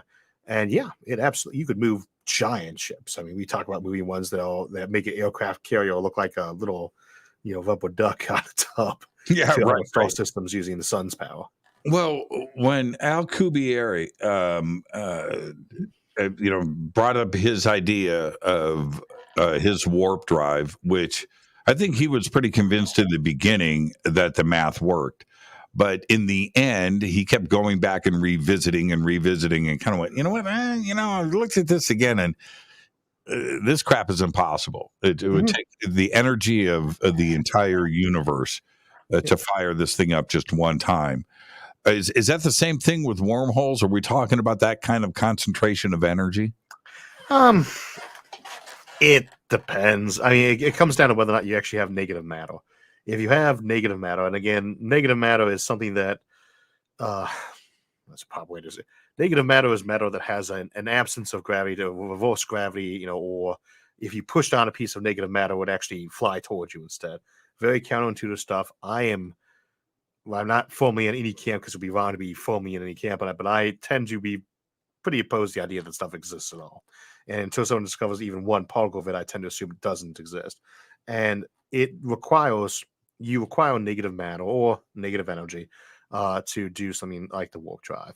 There is reason to think you might be able to do negative energy in limited amounts, and some say maybe you could do some negative matter too. It's tricky. We don't know. What Alcubierre was really saying is the math works if you have these things. And the same is true for wormholes. If you have negative matter, it's very hard to argue that you can do a wormhole. So if someone finds one particle of negative matter tomorrow, makes it in the lab, you suddenly have to turn around and say, yes, I think wormholes and warp drives are both possible. Well, why is negative matter? And when you go and do any research into wormholes, whether it's Kip Thorne or even Einstein and going back to the 1930s, negative matter and negative electromagnetic forces, these comments, they've been there for. Why is it so important? Why is negative matter so important to the creation of a wormhole? For a wormhole, it really comes down to the throat, and we'll go back to the two-dimensional, rubber stamp version where it looks like an umbilical cord between A and B there. Right. And there, you think of that as your tunnel. What you're showing that tunnel up with, as opposed to like beams inside a mine, you're showing it up with negative matter there. That's what's keeping this thing so that it doesn't collapse a black hole. So it's inflated. It stays inflated. Yeah, at the core level, a wormhole of that variety is basically a black hole that you stop from collapsing into a full singularity, assuming that's what black holes even do, which I'm also on the fence about. So think of it as this black hole is forming, it's creating that throat, and it's about to cut it off and chop it off like an umbilical cord normally would be, but you jam a ring made of negative matter in there, and it can't collapse around that, and that hole through there is the throat of your wormhole.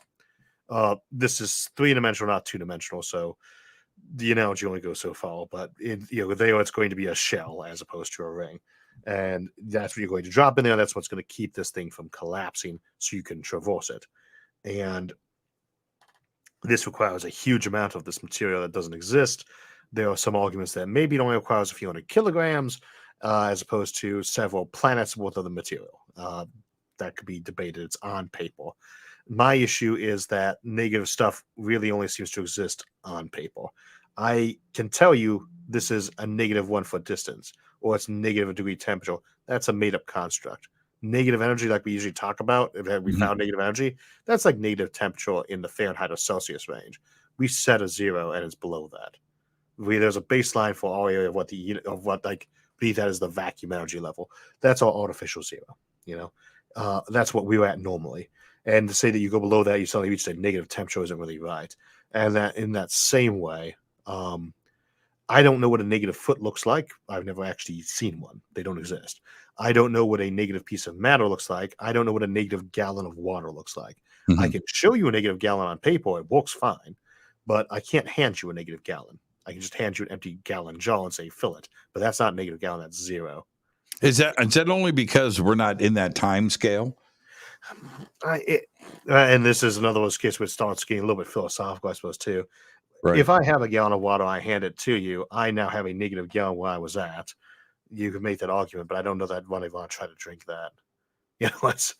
And time scales wise, because a lot of these things do shift, because space and time are not in any way separate, you can play with some of these things to change the others, right? If I compress a distance, I can compress the time. Right.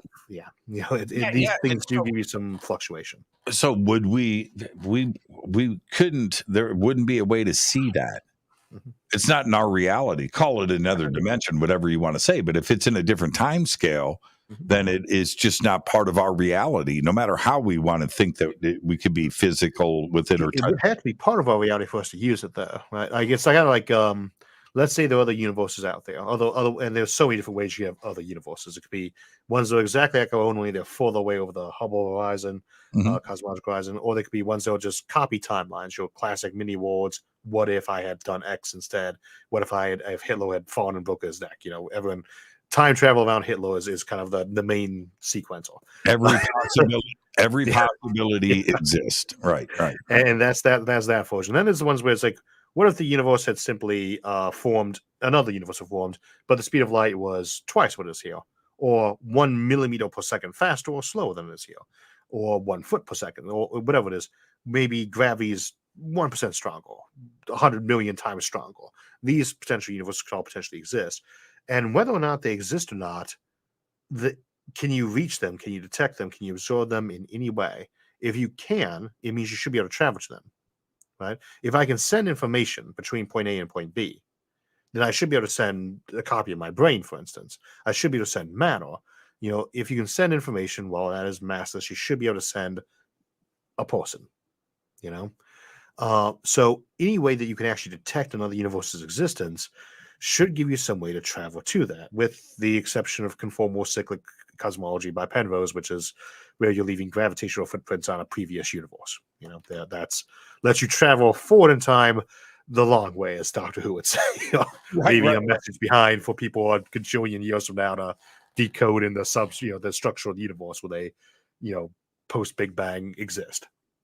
So Nolan just posted every Bigfoot print is a negative foot.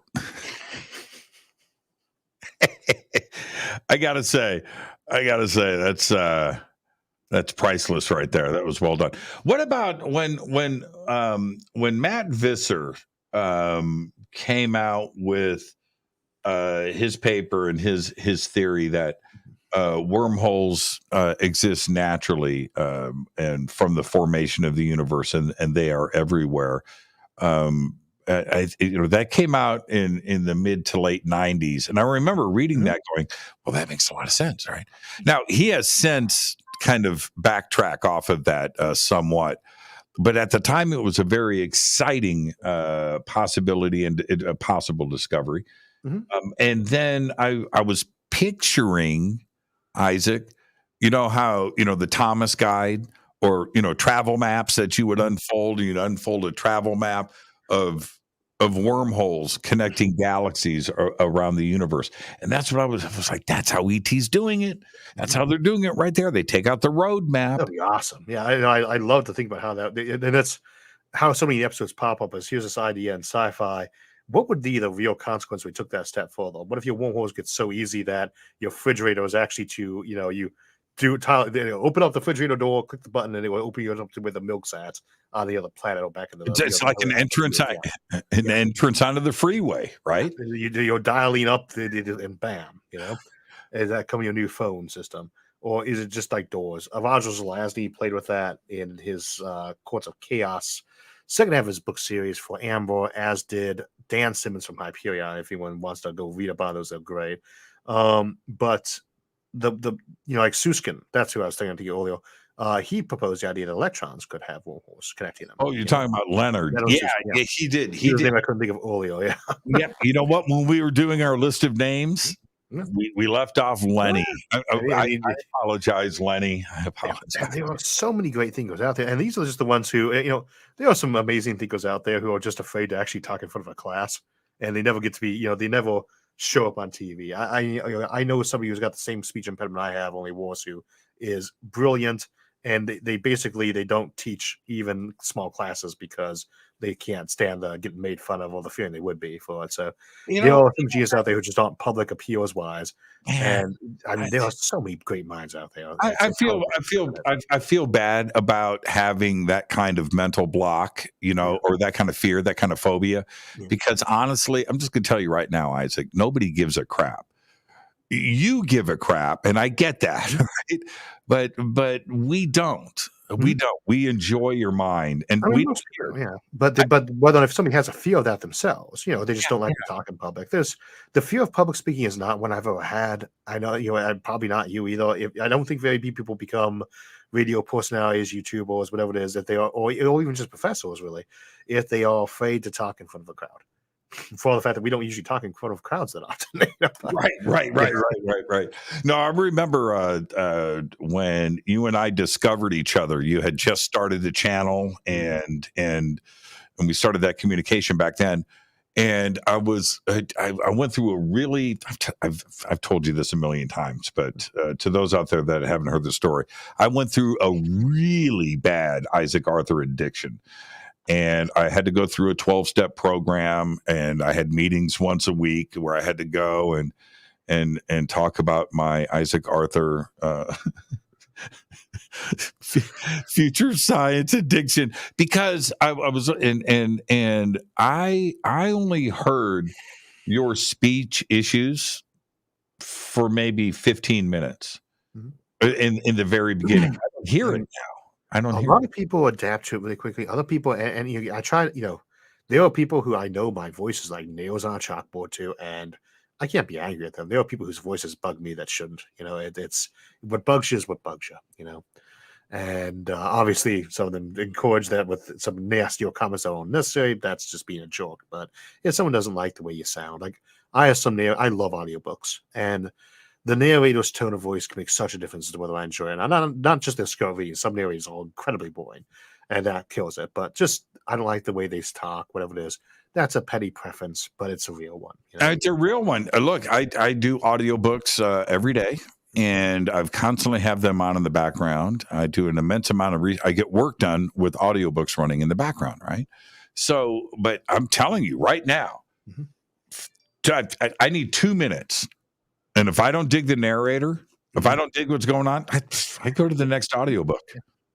It tells I me. try to give it longer if the voice tone is what's throwing me, as opposed to the ones who feel like they're just some series that because some people want to do audiobooks now, and it's like this is not a good narrator. This person's not, and it's no one's not against them as a person. It takes practice to get that public speaking voice or the ability to cold read a script. But if it's one of those things where they're not, it's kind of like when someone sends you a book and says, "Can you review this sci-fi book for me?" And I don't do that anymore for anyone that asks because I got backlogs of these things these days. But at first I'd say, well, if there's more than one typo on page one, I'm done.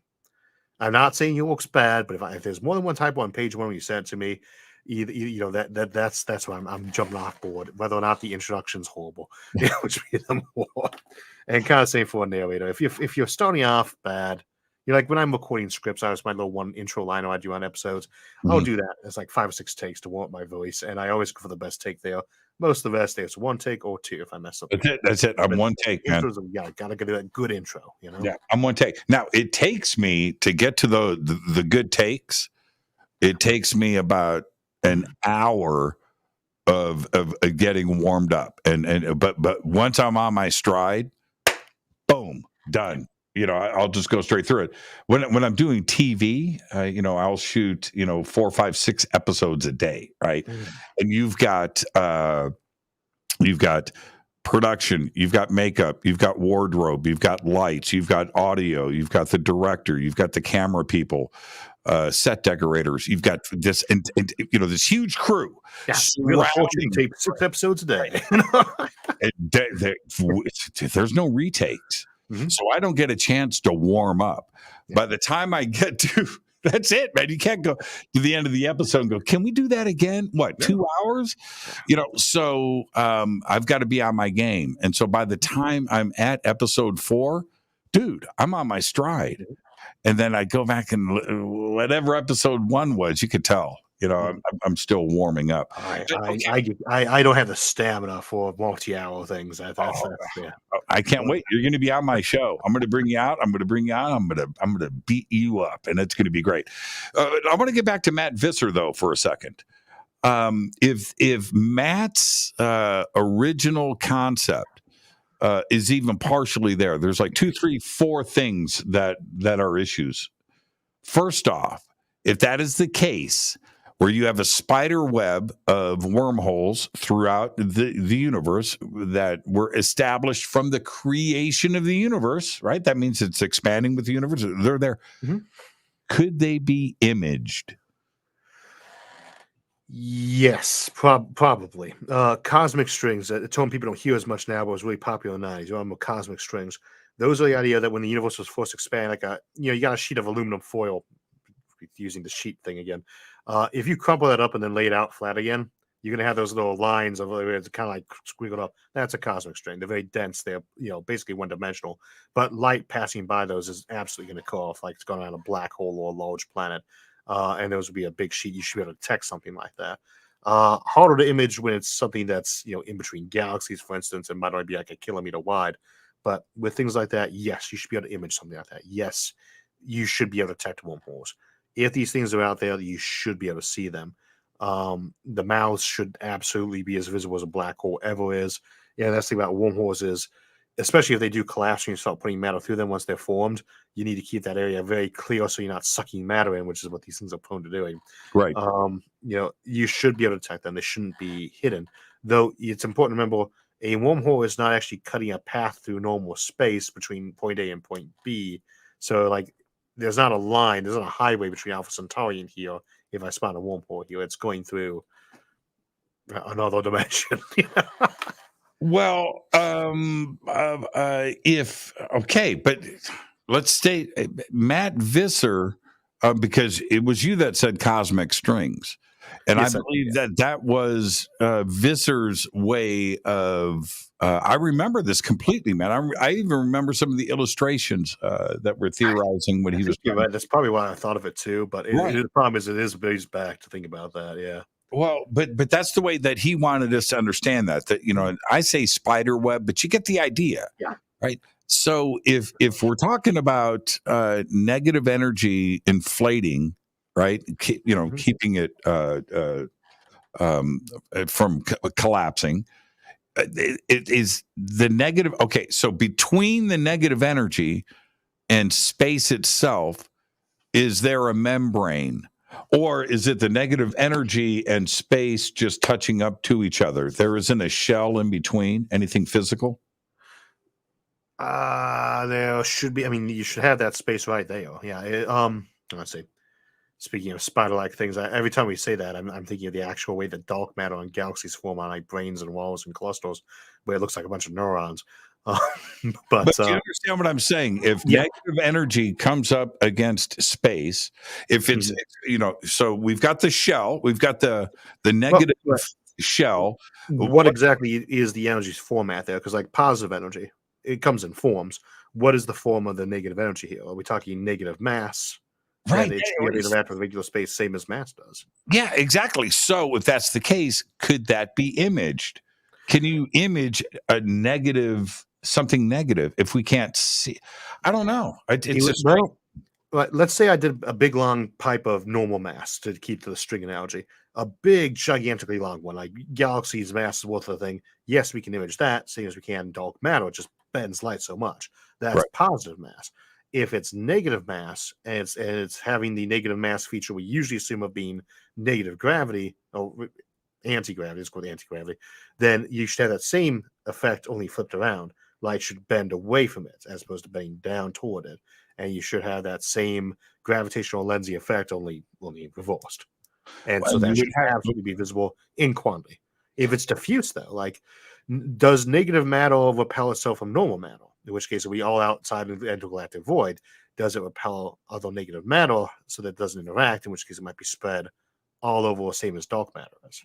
It's not dark matter, though. That's not what dark matter is. We don't know what dark matter is, but it's not that.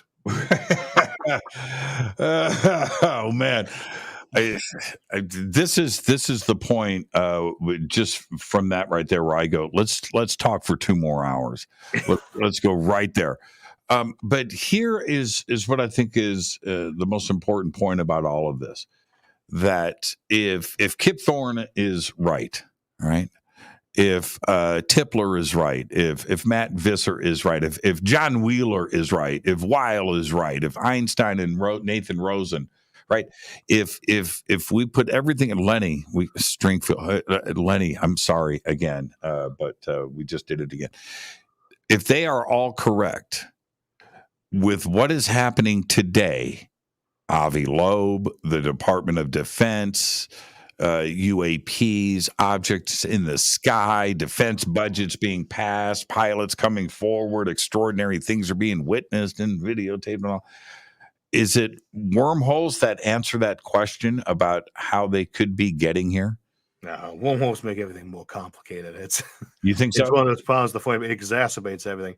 It won't be the kind of wormholes we'll think. They had to have found a way to make them way less massive. Otherwise, if there was a wormhole near enough to us to really make travel around the galaxy easier, in a sense of being able to do it in like years or days, not centuries, that would mean there was some giant wormhole mouth out there massing mini solar masses, and you would see a black hole that massive. It wouldn't technically be a black hole, but you'd still see that.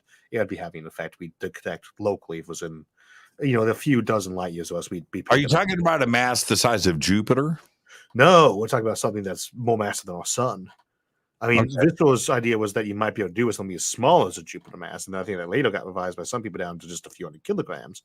That's iffy, but the original one that everyone thought would take like 600 solar masses to build one more. And that's the mass of our sun. That'd be like 600 stars crammed together. The one in Interstellar wasn't that big. Gargantua. I thought Gargantua was several solar masses. The one that was positioned between Earth and Saturn? No. That mouth. No, you're talking I'm about. not remembering the movie well enough to say that, but I'm sure he wouldn't have done that because that would have It wasn't that big. It was smaller than our moon. No, a black hole that massive would be No, smaller. not the black hole, the wormhole. The wormhole, yes. Yeah, Isaac. But the event horizon of these things is essentially the wormhole mouth. I just corrected Isaac Arthur. I'm going to hell. That's just heresy, man. Heresy. But that was another aspect of this that I found fascinating and also convenient. Mm-hmm. That we did not know it was sitting out there and we couldn't see it. Yeah, and you could actually have assuming you didn't have to have mini solar mass as well, so that everything was orbiting it instead of the sun. Let's say you got down to something not quite Jupiter or Saturn mass, but say Mars mass. Even today, we could be missing something of Mars mass that was condensed up like a black hole orbiting inside our solar system. If it was, say, crammed inside a nice, convenient asteroid or moon in one of the other systems that was there, where the gate was at, we could miss that. Mm-hmm. Because gravity is hard to really see the effect of. And usually when we are having like some kind of anomaly, we just say, oh, well, it's noise. We must be making a mistake. You could easily have the mass estimate of Jupiter be off by a little bit because it was a black hole that was one moon mass orbiting inside one of its moons that we would just assume was part of the mass of Jupiter. Those kind of options can get hidden. If you're an alien trying to hide something from us, it's not that hard, especially when you're not having to be right next to Earth. I remember, I'm going to say 5-6 years ago, one of the first times you were on the show, I had asked you if you believe that ET was visiting our planet. And that was after listening to the Fermi paradox for 3 months, your version, and all of your brilliant presentations. And they're just brilliant. Thank you. But you said, nah. I said, Isaac, this is all you talk about. Yeah, I know, but nah. Has your view changed on that? It's changed, but more of a limited sense. I think I let myself get more familiar with a lot of the things like the Navy UFOs, though only to a certain point, because the stuff I'm looking at is more the angle of what would it be at more of a cosmic level if our science and theories are like now, right? For things like that, it really boils down to if aliens exist anywhere nearby us and interstellar travel is possible, then they came in a story. If you show me a live alien transmission from anywhere inside this galaxy, I'm going to assume aliens have been here so many times it's insane. Mm-hmm. Of course they would be. Why wouldn't you? You're not going to hold a prime directive for eons. So if you find life inside the galaxy, assume that it came and visited at some point. Either that or there's one of those factors in play where it's like, well, you wish they did because it turns out all life wipes itself out before it gets nuclear. I know that's the issue, man. That's the issue. If we have to survive, this is the deal for us to even enjoy, interstellar stuff ourselves. We do have to survive solar flares. We have to survive our own self-destruction with nuclear weapons. We have to survive pandemics and plagues, and we also have to survive an alien invasion or two, right? We have to get through all of that, right? And you would have to presume that all extraterrestrial advanced civilizations out there have gone through and will continue to go through the exact same things. We have so many things from science fiction that become cliche about basically trying to explain the Fermi paradox that don't make sense. And I say, to me, there's two scenarios that make sense. Either they visit a lot and we just suffer from a horrible mind glitch of just not wanting to admit that they do. And I say we by me. And I know obviously a lot of listeners now are not included in that figure. Or they are like the way I usually go with is the idea that they probably don't exist in this galaxy or any neighboring galaxy. They're very far away if they exist at all. All the ones in between that do not make much sense to me. Why? Well, they wouldn't visit Earth. Earth is boring. Kansas is boring. Millions of people visit Kansas every year. No, they don't. No, they don't. Well, why do they visit Earth? They don't want to interfere with us technologically. None of them do. They fight wars over it.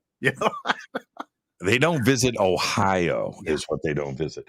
So but here's the other part though, and this is where for me, aside from my own sightings, and that right there, I don't know what's going on, but it forces me to go and try to find out. I've seen crazy stuff. real daylight, ginormous. Don't tell me I didn't see it. Not you, Isaac, but anybody. Wow, that sounded cool. It rang. Okay. I think people say it's like, well, I know you're saying I didn't see what I saw. I was like, I don't know what you saw. I don't know what I saw. But he sent you this photo. What's this look like to you? A white dot, and I don't know what that is. But then you go to somebody like David Fravor, right, or Alex Dietrich, Ryan Graves, and you go to them. Where if we just take a professional pilot like David Fravor and you extrapolate his comments in just the basic form, right? It didn't have wings. It was white. It was shaped like a giant tic tac. And I was chasing it and flew around in a circle. And then it started chasing me. And then it took off and disappeared. It went from 80,000 feet to sea level in a fraction of a second, without a sonic boom, without any gravitational effects or anything. I think there's a very real chance that that's exactly what that really did do too. But to me, that's another jump there to assume that it was any particular type of alien. It might have been alien. It really could. I mean, that's a valid hypothesis. You can't be like, no, there's no way it was aliens. I mean, there's no way it was that. I don't know what it was. It's a gigantic universe that most scientists believe probably has life in it somewhere. Maybe it was. I don't know what they do. If we go back to natural phenomena too. But if we go back to the start of like science and futurism, right? And we let's go back to say 2013, 2014. At that time, we were still counting. We were at, say, 1,000 exoplanets at that time, or maybe less. Actually, it was less. I think it was. It might have been in the hundreds still. It might have been in the hundreds, and the star count in our Milky Way isn't what it is today. We are still continuing to map and figure out our own Milky Way, let alone the most common types of stars are the dimmest types of stars, and they're the hardest ones to see and count. The hardest ones to see. And now today, I was out to dinner with Avi Loeb a couple of months ago, and we're sitting at this table, and Avi and I, and it's a tough thing to do to get in an argument with Avi Loeb, trust me. And we're sitting there, and we were talking about the amount of planets in the Milky Way. And I was saying, there's probably 500 billion. He goes, oh no, trillions. And I said, well, there's probably 40 billion rocky Earth. No, 250 billion or probably more. That's a bit precise. I mean, it depends on how close is Earth, But my point, right, in the Goldilocks zone. But my point being, these are numbers that are frigging huge. That weren't talked about or contemplated when you started science and futurism. I think contemplated is exactly talked about and contemplated because they to some degree they were. When I was a kid, we already knew there was 100 billion-ish stars in the galaxy. We figured at least 1 billion of them probably had planets, and surely a good portion of those were Earth-like. So they really did already think it was millions, if not billions. But it was too huge to discuss. It's like when people say, how many people could the population support? What does civilization look like? It's too huge for the brain to encompass at that stage. Right. But those were all theories. Yeah. We're talking about confirmation now, right? and you need that generational cycle to be able to start actually contemplating this stuff.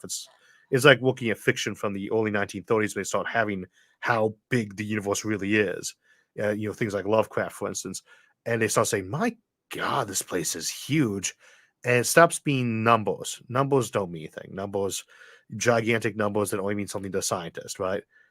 Actually trying to absorb that, contemplate that, and say, wow, this is what that would be implied by that. And that's where the Fermi paradox comes in, because it's like the galaxy is huge. But if you're fast light travel, you're not limited to the galaxy. You don't even limit to it if that is if you're limited to it. But you can do intergalactic colonization without fast light technology. But if you got it, then you have 100 billion galaxies too, each with 100 billion stars, or whatever the number turns out to be in that zone. And that's even assuming you don't come from outside the observable universe, which you should be able to do at that point, since we think it goes on past that area. or from another dimension or another mini world scenario. These things get huge. You say, how is it that no one's coming to visit us? And that's the thing I was saying about the Fermi paradox. There is no good answer yet, because I cannot think of any sane reason why life would be so insanely rare that it wouldn't be, that they couldn't see us, interact with us in some way. And at the same time, I can't see them acting like they seem to do, and we just be missing them. And again, obviously, I know when I say we are missing them, I'm in a minority at the moment of folks saying that. But I would think that if you just merely play the numbers, and we're just in a numbers game, with what we are doing today, like you and I discussing this, astronomers, radio telescopes, the James Webb, all we are doing, like focused on, is searching for life and searching for planets, right? That's what we're doing.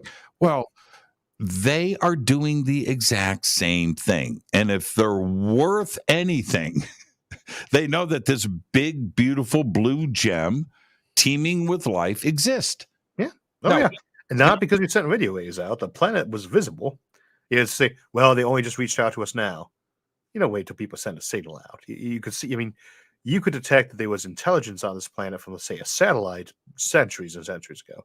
But you could detect that there was life here from the atmosphere, 2 billion years ago for the oxygen. Sure. Yeah. And that's when they saw us. So they want to wipe us out. That anyone's around there could have done it already. No, we had you're right, though. We had a detectable biosphere for 2 billion years. And you can't hide, because you have to hide back when okay. I'm sorry, we did do an episode where we looked at the idea that you might go back and hide your civilization back in time. But that shouldn't work out very well. Barring temporal paradoxes, you're stuck with the fact that it could see your planet billions of years before you existed to do cloaking technology. One of my answers to the Fermi paradox is that this is a very serious one. I'm sure that you've touched upon this, but this is one of my resolutions to it. Is what you get to a certain point where in your age, Isaac Arthur, you're going to get to a certain point where you're going to go, you know what? Screw everybody. I just want to go live alone, right? I want to go live on a mountain with no telephone, and I don't want any contact. And that same idea, that same mindset could be with an advanced civilization where they're like, you know what? No, man, we want nobody to know about our beautiful planet, period. We're okay. It could be individually tilted that way. You could have a bias in that direction. Like the only civilizations that last very long are the ones that are content to go sit on a mountain for 1 million years, because otherwise they're changing around too much. With the loud aliens versus quiet aliens, one of the three factors there, they have to expand quick. They got to be, loudly affecting things, and the other is they have to leave a footprint. They have to change the space they go through. If they don't do that, they're not a loud alien. We wouldn't see them. But, how much, and it's big change too. Kardashev level engineering to really be able to do that, because we don't see if they've done something really tiny on the stars right now. But it's hard to predict how that would go. It's like I've had phases where I didn't want to talk though. We can't assume a civilization will stay the same over millions of years. I've had my homo phases. At the moment, I'm loving being married and having just adopted 3 kids. It's great. I never sleep anymore. But I'm sure that I will enjoy having a homo phase again at some point. We'll call that a vacation. Now, I was talking to Isaac earlier today, and I'm listening to the action going on in the background. I'm like, man, what the heck? What is going on over there? Did you see, and if you haven't, but you're a science fiction guy, have you seen Valerian? Luc Besson's and the City of 1,000, is that the one I'm thinking of? I actually can't remember if I've seen it or the spoiler version of it, because sometimes I'll just watch like how it should have ended versions. Okay, forget that. Okay, that's you need to go and watch it 3 or 4 times. It's a fantastic. Luc Besson doesn't play. It's a great film. But here's one of the concepts behind it, and the opening scene set to David Bowie's Space Oddity with all of the. That's it. Just watch the beginning too as well. Anyway, so it's based around this planet called Mu, that was blown up and destroyed because of an intergalactic war that was going on outside of it. Nothing to do with the planet. Okay? The planet was just a bunch of advanced beings that were just living at harmony with nature. Very advanced, very smart, but they didn't interact, right? They were just behaving, and then this battle goes on outside of the planet, and then the planet gets blown up. And that's another. They probably just wanted to be left alone, and I could actually see that. I could see it really easy too. But the problem is, what comes up is if you crouch way to the top of Darwin's messy little corpse pile that we call, the food chain, you usually got there by not being too passive or not being too, you're proactive. And the thing is, someone's going to come by and you say, I would like to be left alone. And say, so does the mouse. The mouse wants to be left alone too. You cannot approach, you cannot get there and say, I'm sure every civilization out there in the galaxy is going to leave me be. Because why would you have any expectation that they would? I mean, I don't think that things get, you have to be, you don't have to be. You probably are inclined towards somewhat diplomatic approaches to life, the universe, and everything when you've actually climbed up through nuclear technology, because otherwise you probably would not have finished climbing. You'd be, scattered around your planet as atomic ashes. But at the same time, that doesn't necessarily mean that you're terribly nice. And if there's some ward out there that's just saying, hey, we love you, we're space elves, we want to give you hugs, come join us, friends. And someone says, yeah, that's great. You know what we'd also like to do? We'd like to have that continent there. Would you give it to us? Yeah, well, yeah. Or friendship. Friendship. And we have these giant guns that we'd like to land there too. Space cannibals, right? Yeah. Come on in, have dinner with us. We're going to fatten you up. Yeah. Well, it's about protecting you. We want to put some defenses away because we got enemies out there that would kill you. I mean, they're just nastier than us, and we thought about killing you.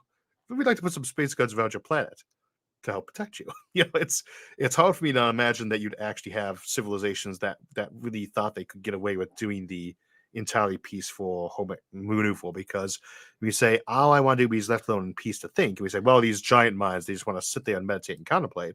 Well, they're small. They're really small. And so they got to know the thing that's most likely to interrupt their meditations is someone coming by and knocking on the door to try to sell them something, or take their stuff or just say hello. So they're going to have to spend some effort making sure that they actually get left alone. And, say if you want people to stay out of your territory, for instance, say, well, they hide. What's the best way to keep people off your front lawn? Put a no trespassing sign. Because you just hide, people are going to come by anyway because they know you're there, and they're going to say, well, looks, what a beautiful pasture this is. The grass is so green, I'd like to build here. So you put a sign telling people, no, this is mine already. Because while some people might try to take it anyway, it's easy to start a fire with every person who comes by thinking it's an occupant and takes it. That's why things mark their territory in nature. You lose the stealth advantage, but you don't have to fight quite so many fights that might not turn out the way you'd like them to. Yeah. The no trespassing sign works. Yeah. It doesn't work 100%, but it is a good diversion for sure. You got that civilization, and the Enterprise shows up one day and says, well, we hide here and you're in our territory, we're going to blow you up. So let's say that succeeded. Someone's eventually going to go send by a scout fleet to find out what happened. You blow it up too. Eventually, they're going to send an armada out there to say, hey, what happened to our stuff? And we'd like to discuss things with you about that. We'd like to discuss them in depth. We have a lot of guns too. You know what? I wanted to talk a little bit about consciousness tonight. We're already past that, and we're at the end of the show, and we've gone past everything. But I do want to invite you back and discuss consciousness. I actually want to leave on one note, since we're talking about contact right now with ET. There is. And I'm talking about quotes in the New York Times, comments from political insiders and movers and shakers of the highest caliber. There are comments that the Senate was briefed with sentences like, we are in possession of craft not made on this earth. Right. This has been told to the Senate Intelligence Committee. Now, when stuff like that, and this has been repeated, and this is these sources, I'm assuming that the New York Times and others are are confident in their sources and are vetting these sources. But when these comments are made, what goes through your mind? And do you think that the Senate Intelligence Committee is sitting there, taking notes, going, okay, so we've got Kraft. Okay, we need to go check that out. That's being backwards engineered. Zeta Reticuli, you said? Okay, let's get that down too. When this is being bandied about through official media sources and quoted and attributed back to the Senate, do you think that this possibility is a real one? It is. I mean, they're briefing them in on something. I don't think the military has some actual UFOs sitting around. I don't think they do, because well, when we put a pause on that, it's not that hard to reverse engineer technology. If you've seen a vending machine and you got Da Vinci, he's going to figure out how the thing works. It's so much harder to actually make it in the first place. And yeah, a smartphone might be something you can hand. Most people don't know how to do it, but yes, you could hand that to an engineer from 50 years ago, and he would take it apart and say, "Oh, that's how this works." Mm-hmm. It might be a little bit more to it than that, but they could do it. If we have this thing, there's so much technology we should be able to do right now. Start with the big one, which is cheap energy, and you always want cheap energy. There's so many economic booms that come from cheap energy, especially space file side. That variety is so good. Right? Do we have one of these things? I don't know. We might. I never put it past the government. And again, I'm a government employee myself. I work for the Secretary of State. My wife's a House rep. You get to know the circles, and you're amazed by both the level of competence some people have and the level of insane incompetence people have, and the mixtures you get. And the government never ceases to amaze and surprise me with the things that they can do both competently and incredibly incompetently. I don't believe they could ever hit a UFO for us.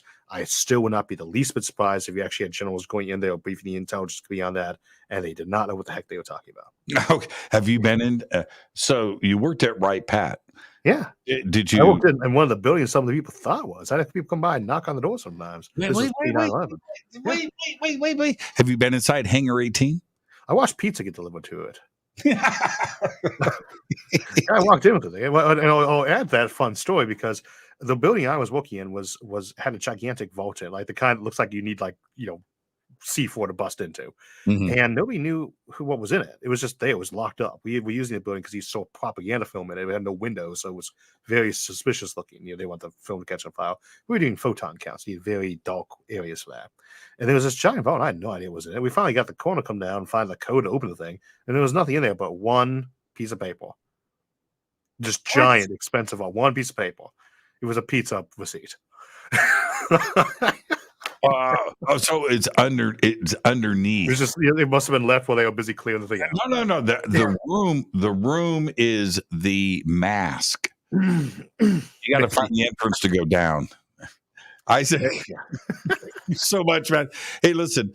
Happy holidays. You're one of the very best, and our conversations. I look forward to them, but they're always so great. Tonight was another one. Thank you so much, my friend. It's good to be on again, Jimmy. Thanks so much for having me. The man in black, Isaac Arthur. And thank you so much, Isaac. And go to isaacarthur.net. That's Isaac's website. Everything is there. YouTube, Twitter, everything you need to know about Isaac is right there at isaacarthur.net. And go and check. You do new episodes every Thursday, right? Every Thursday. This one was we're having coming out. It'll be interstellar colonization strategies tomorrow, and then for those who are really into Tiplo, we actually have that Omega Point episode coming out later this month. I want to say January 19th. The best, Isaac Arthur. Thank you so much, Isaac. Happy holidays. And with that, let's get out of here. Went to overtime. Man. Haven't done that in a while. Isaac Arthur. Amazing conversation. I am your host, Jimmy Church. Tomorrow night, I've got a surprise guest that's going to blow everybody out of the water. And if you listen really close tonight, I even said his name. I did that for a reason. Fade to Black is produced by Hilton J. Palmer, Renee, Dennis, and Kevin. Announcers are, there are none. Announcers are Jimmy Church. Webmaster, Drew the Geek. Music, Doug Aldrich. Intro, Spaceboy, spaceboymusic.com. Fade to Black is produced by KJCR for the Game Changer Network, and this podcast is owned and copyrighted 2023 by Fade to Black and the Game Changer Network, Inc. It cannot be rebroadcast, downloaded, copied, or used anywhere in the known universe without written permission from Fade to Black or the Game Changer Network. I'm your host, Jimmy Church. Until tomorrow night, I want everybody to be safe. Go Beckley Teppy.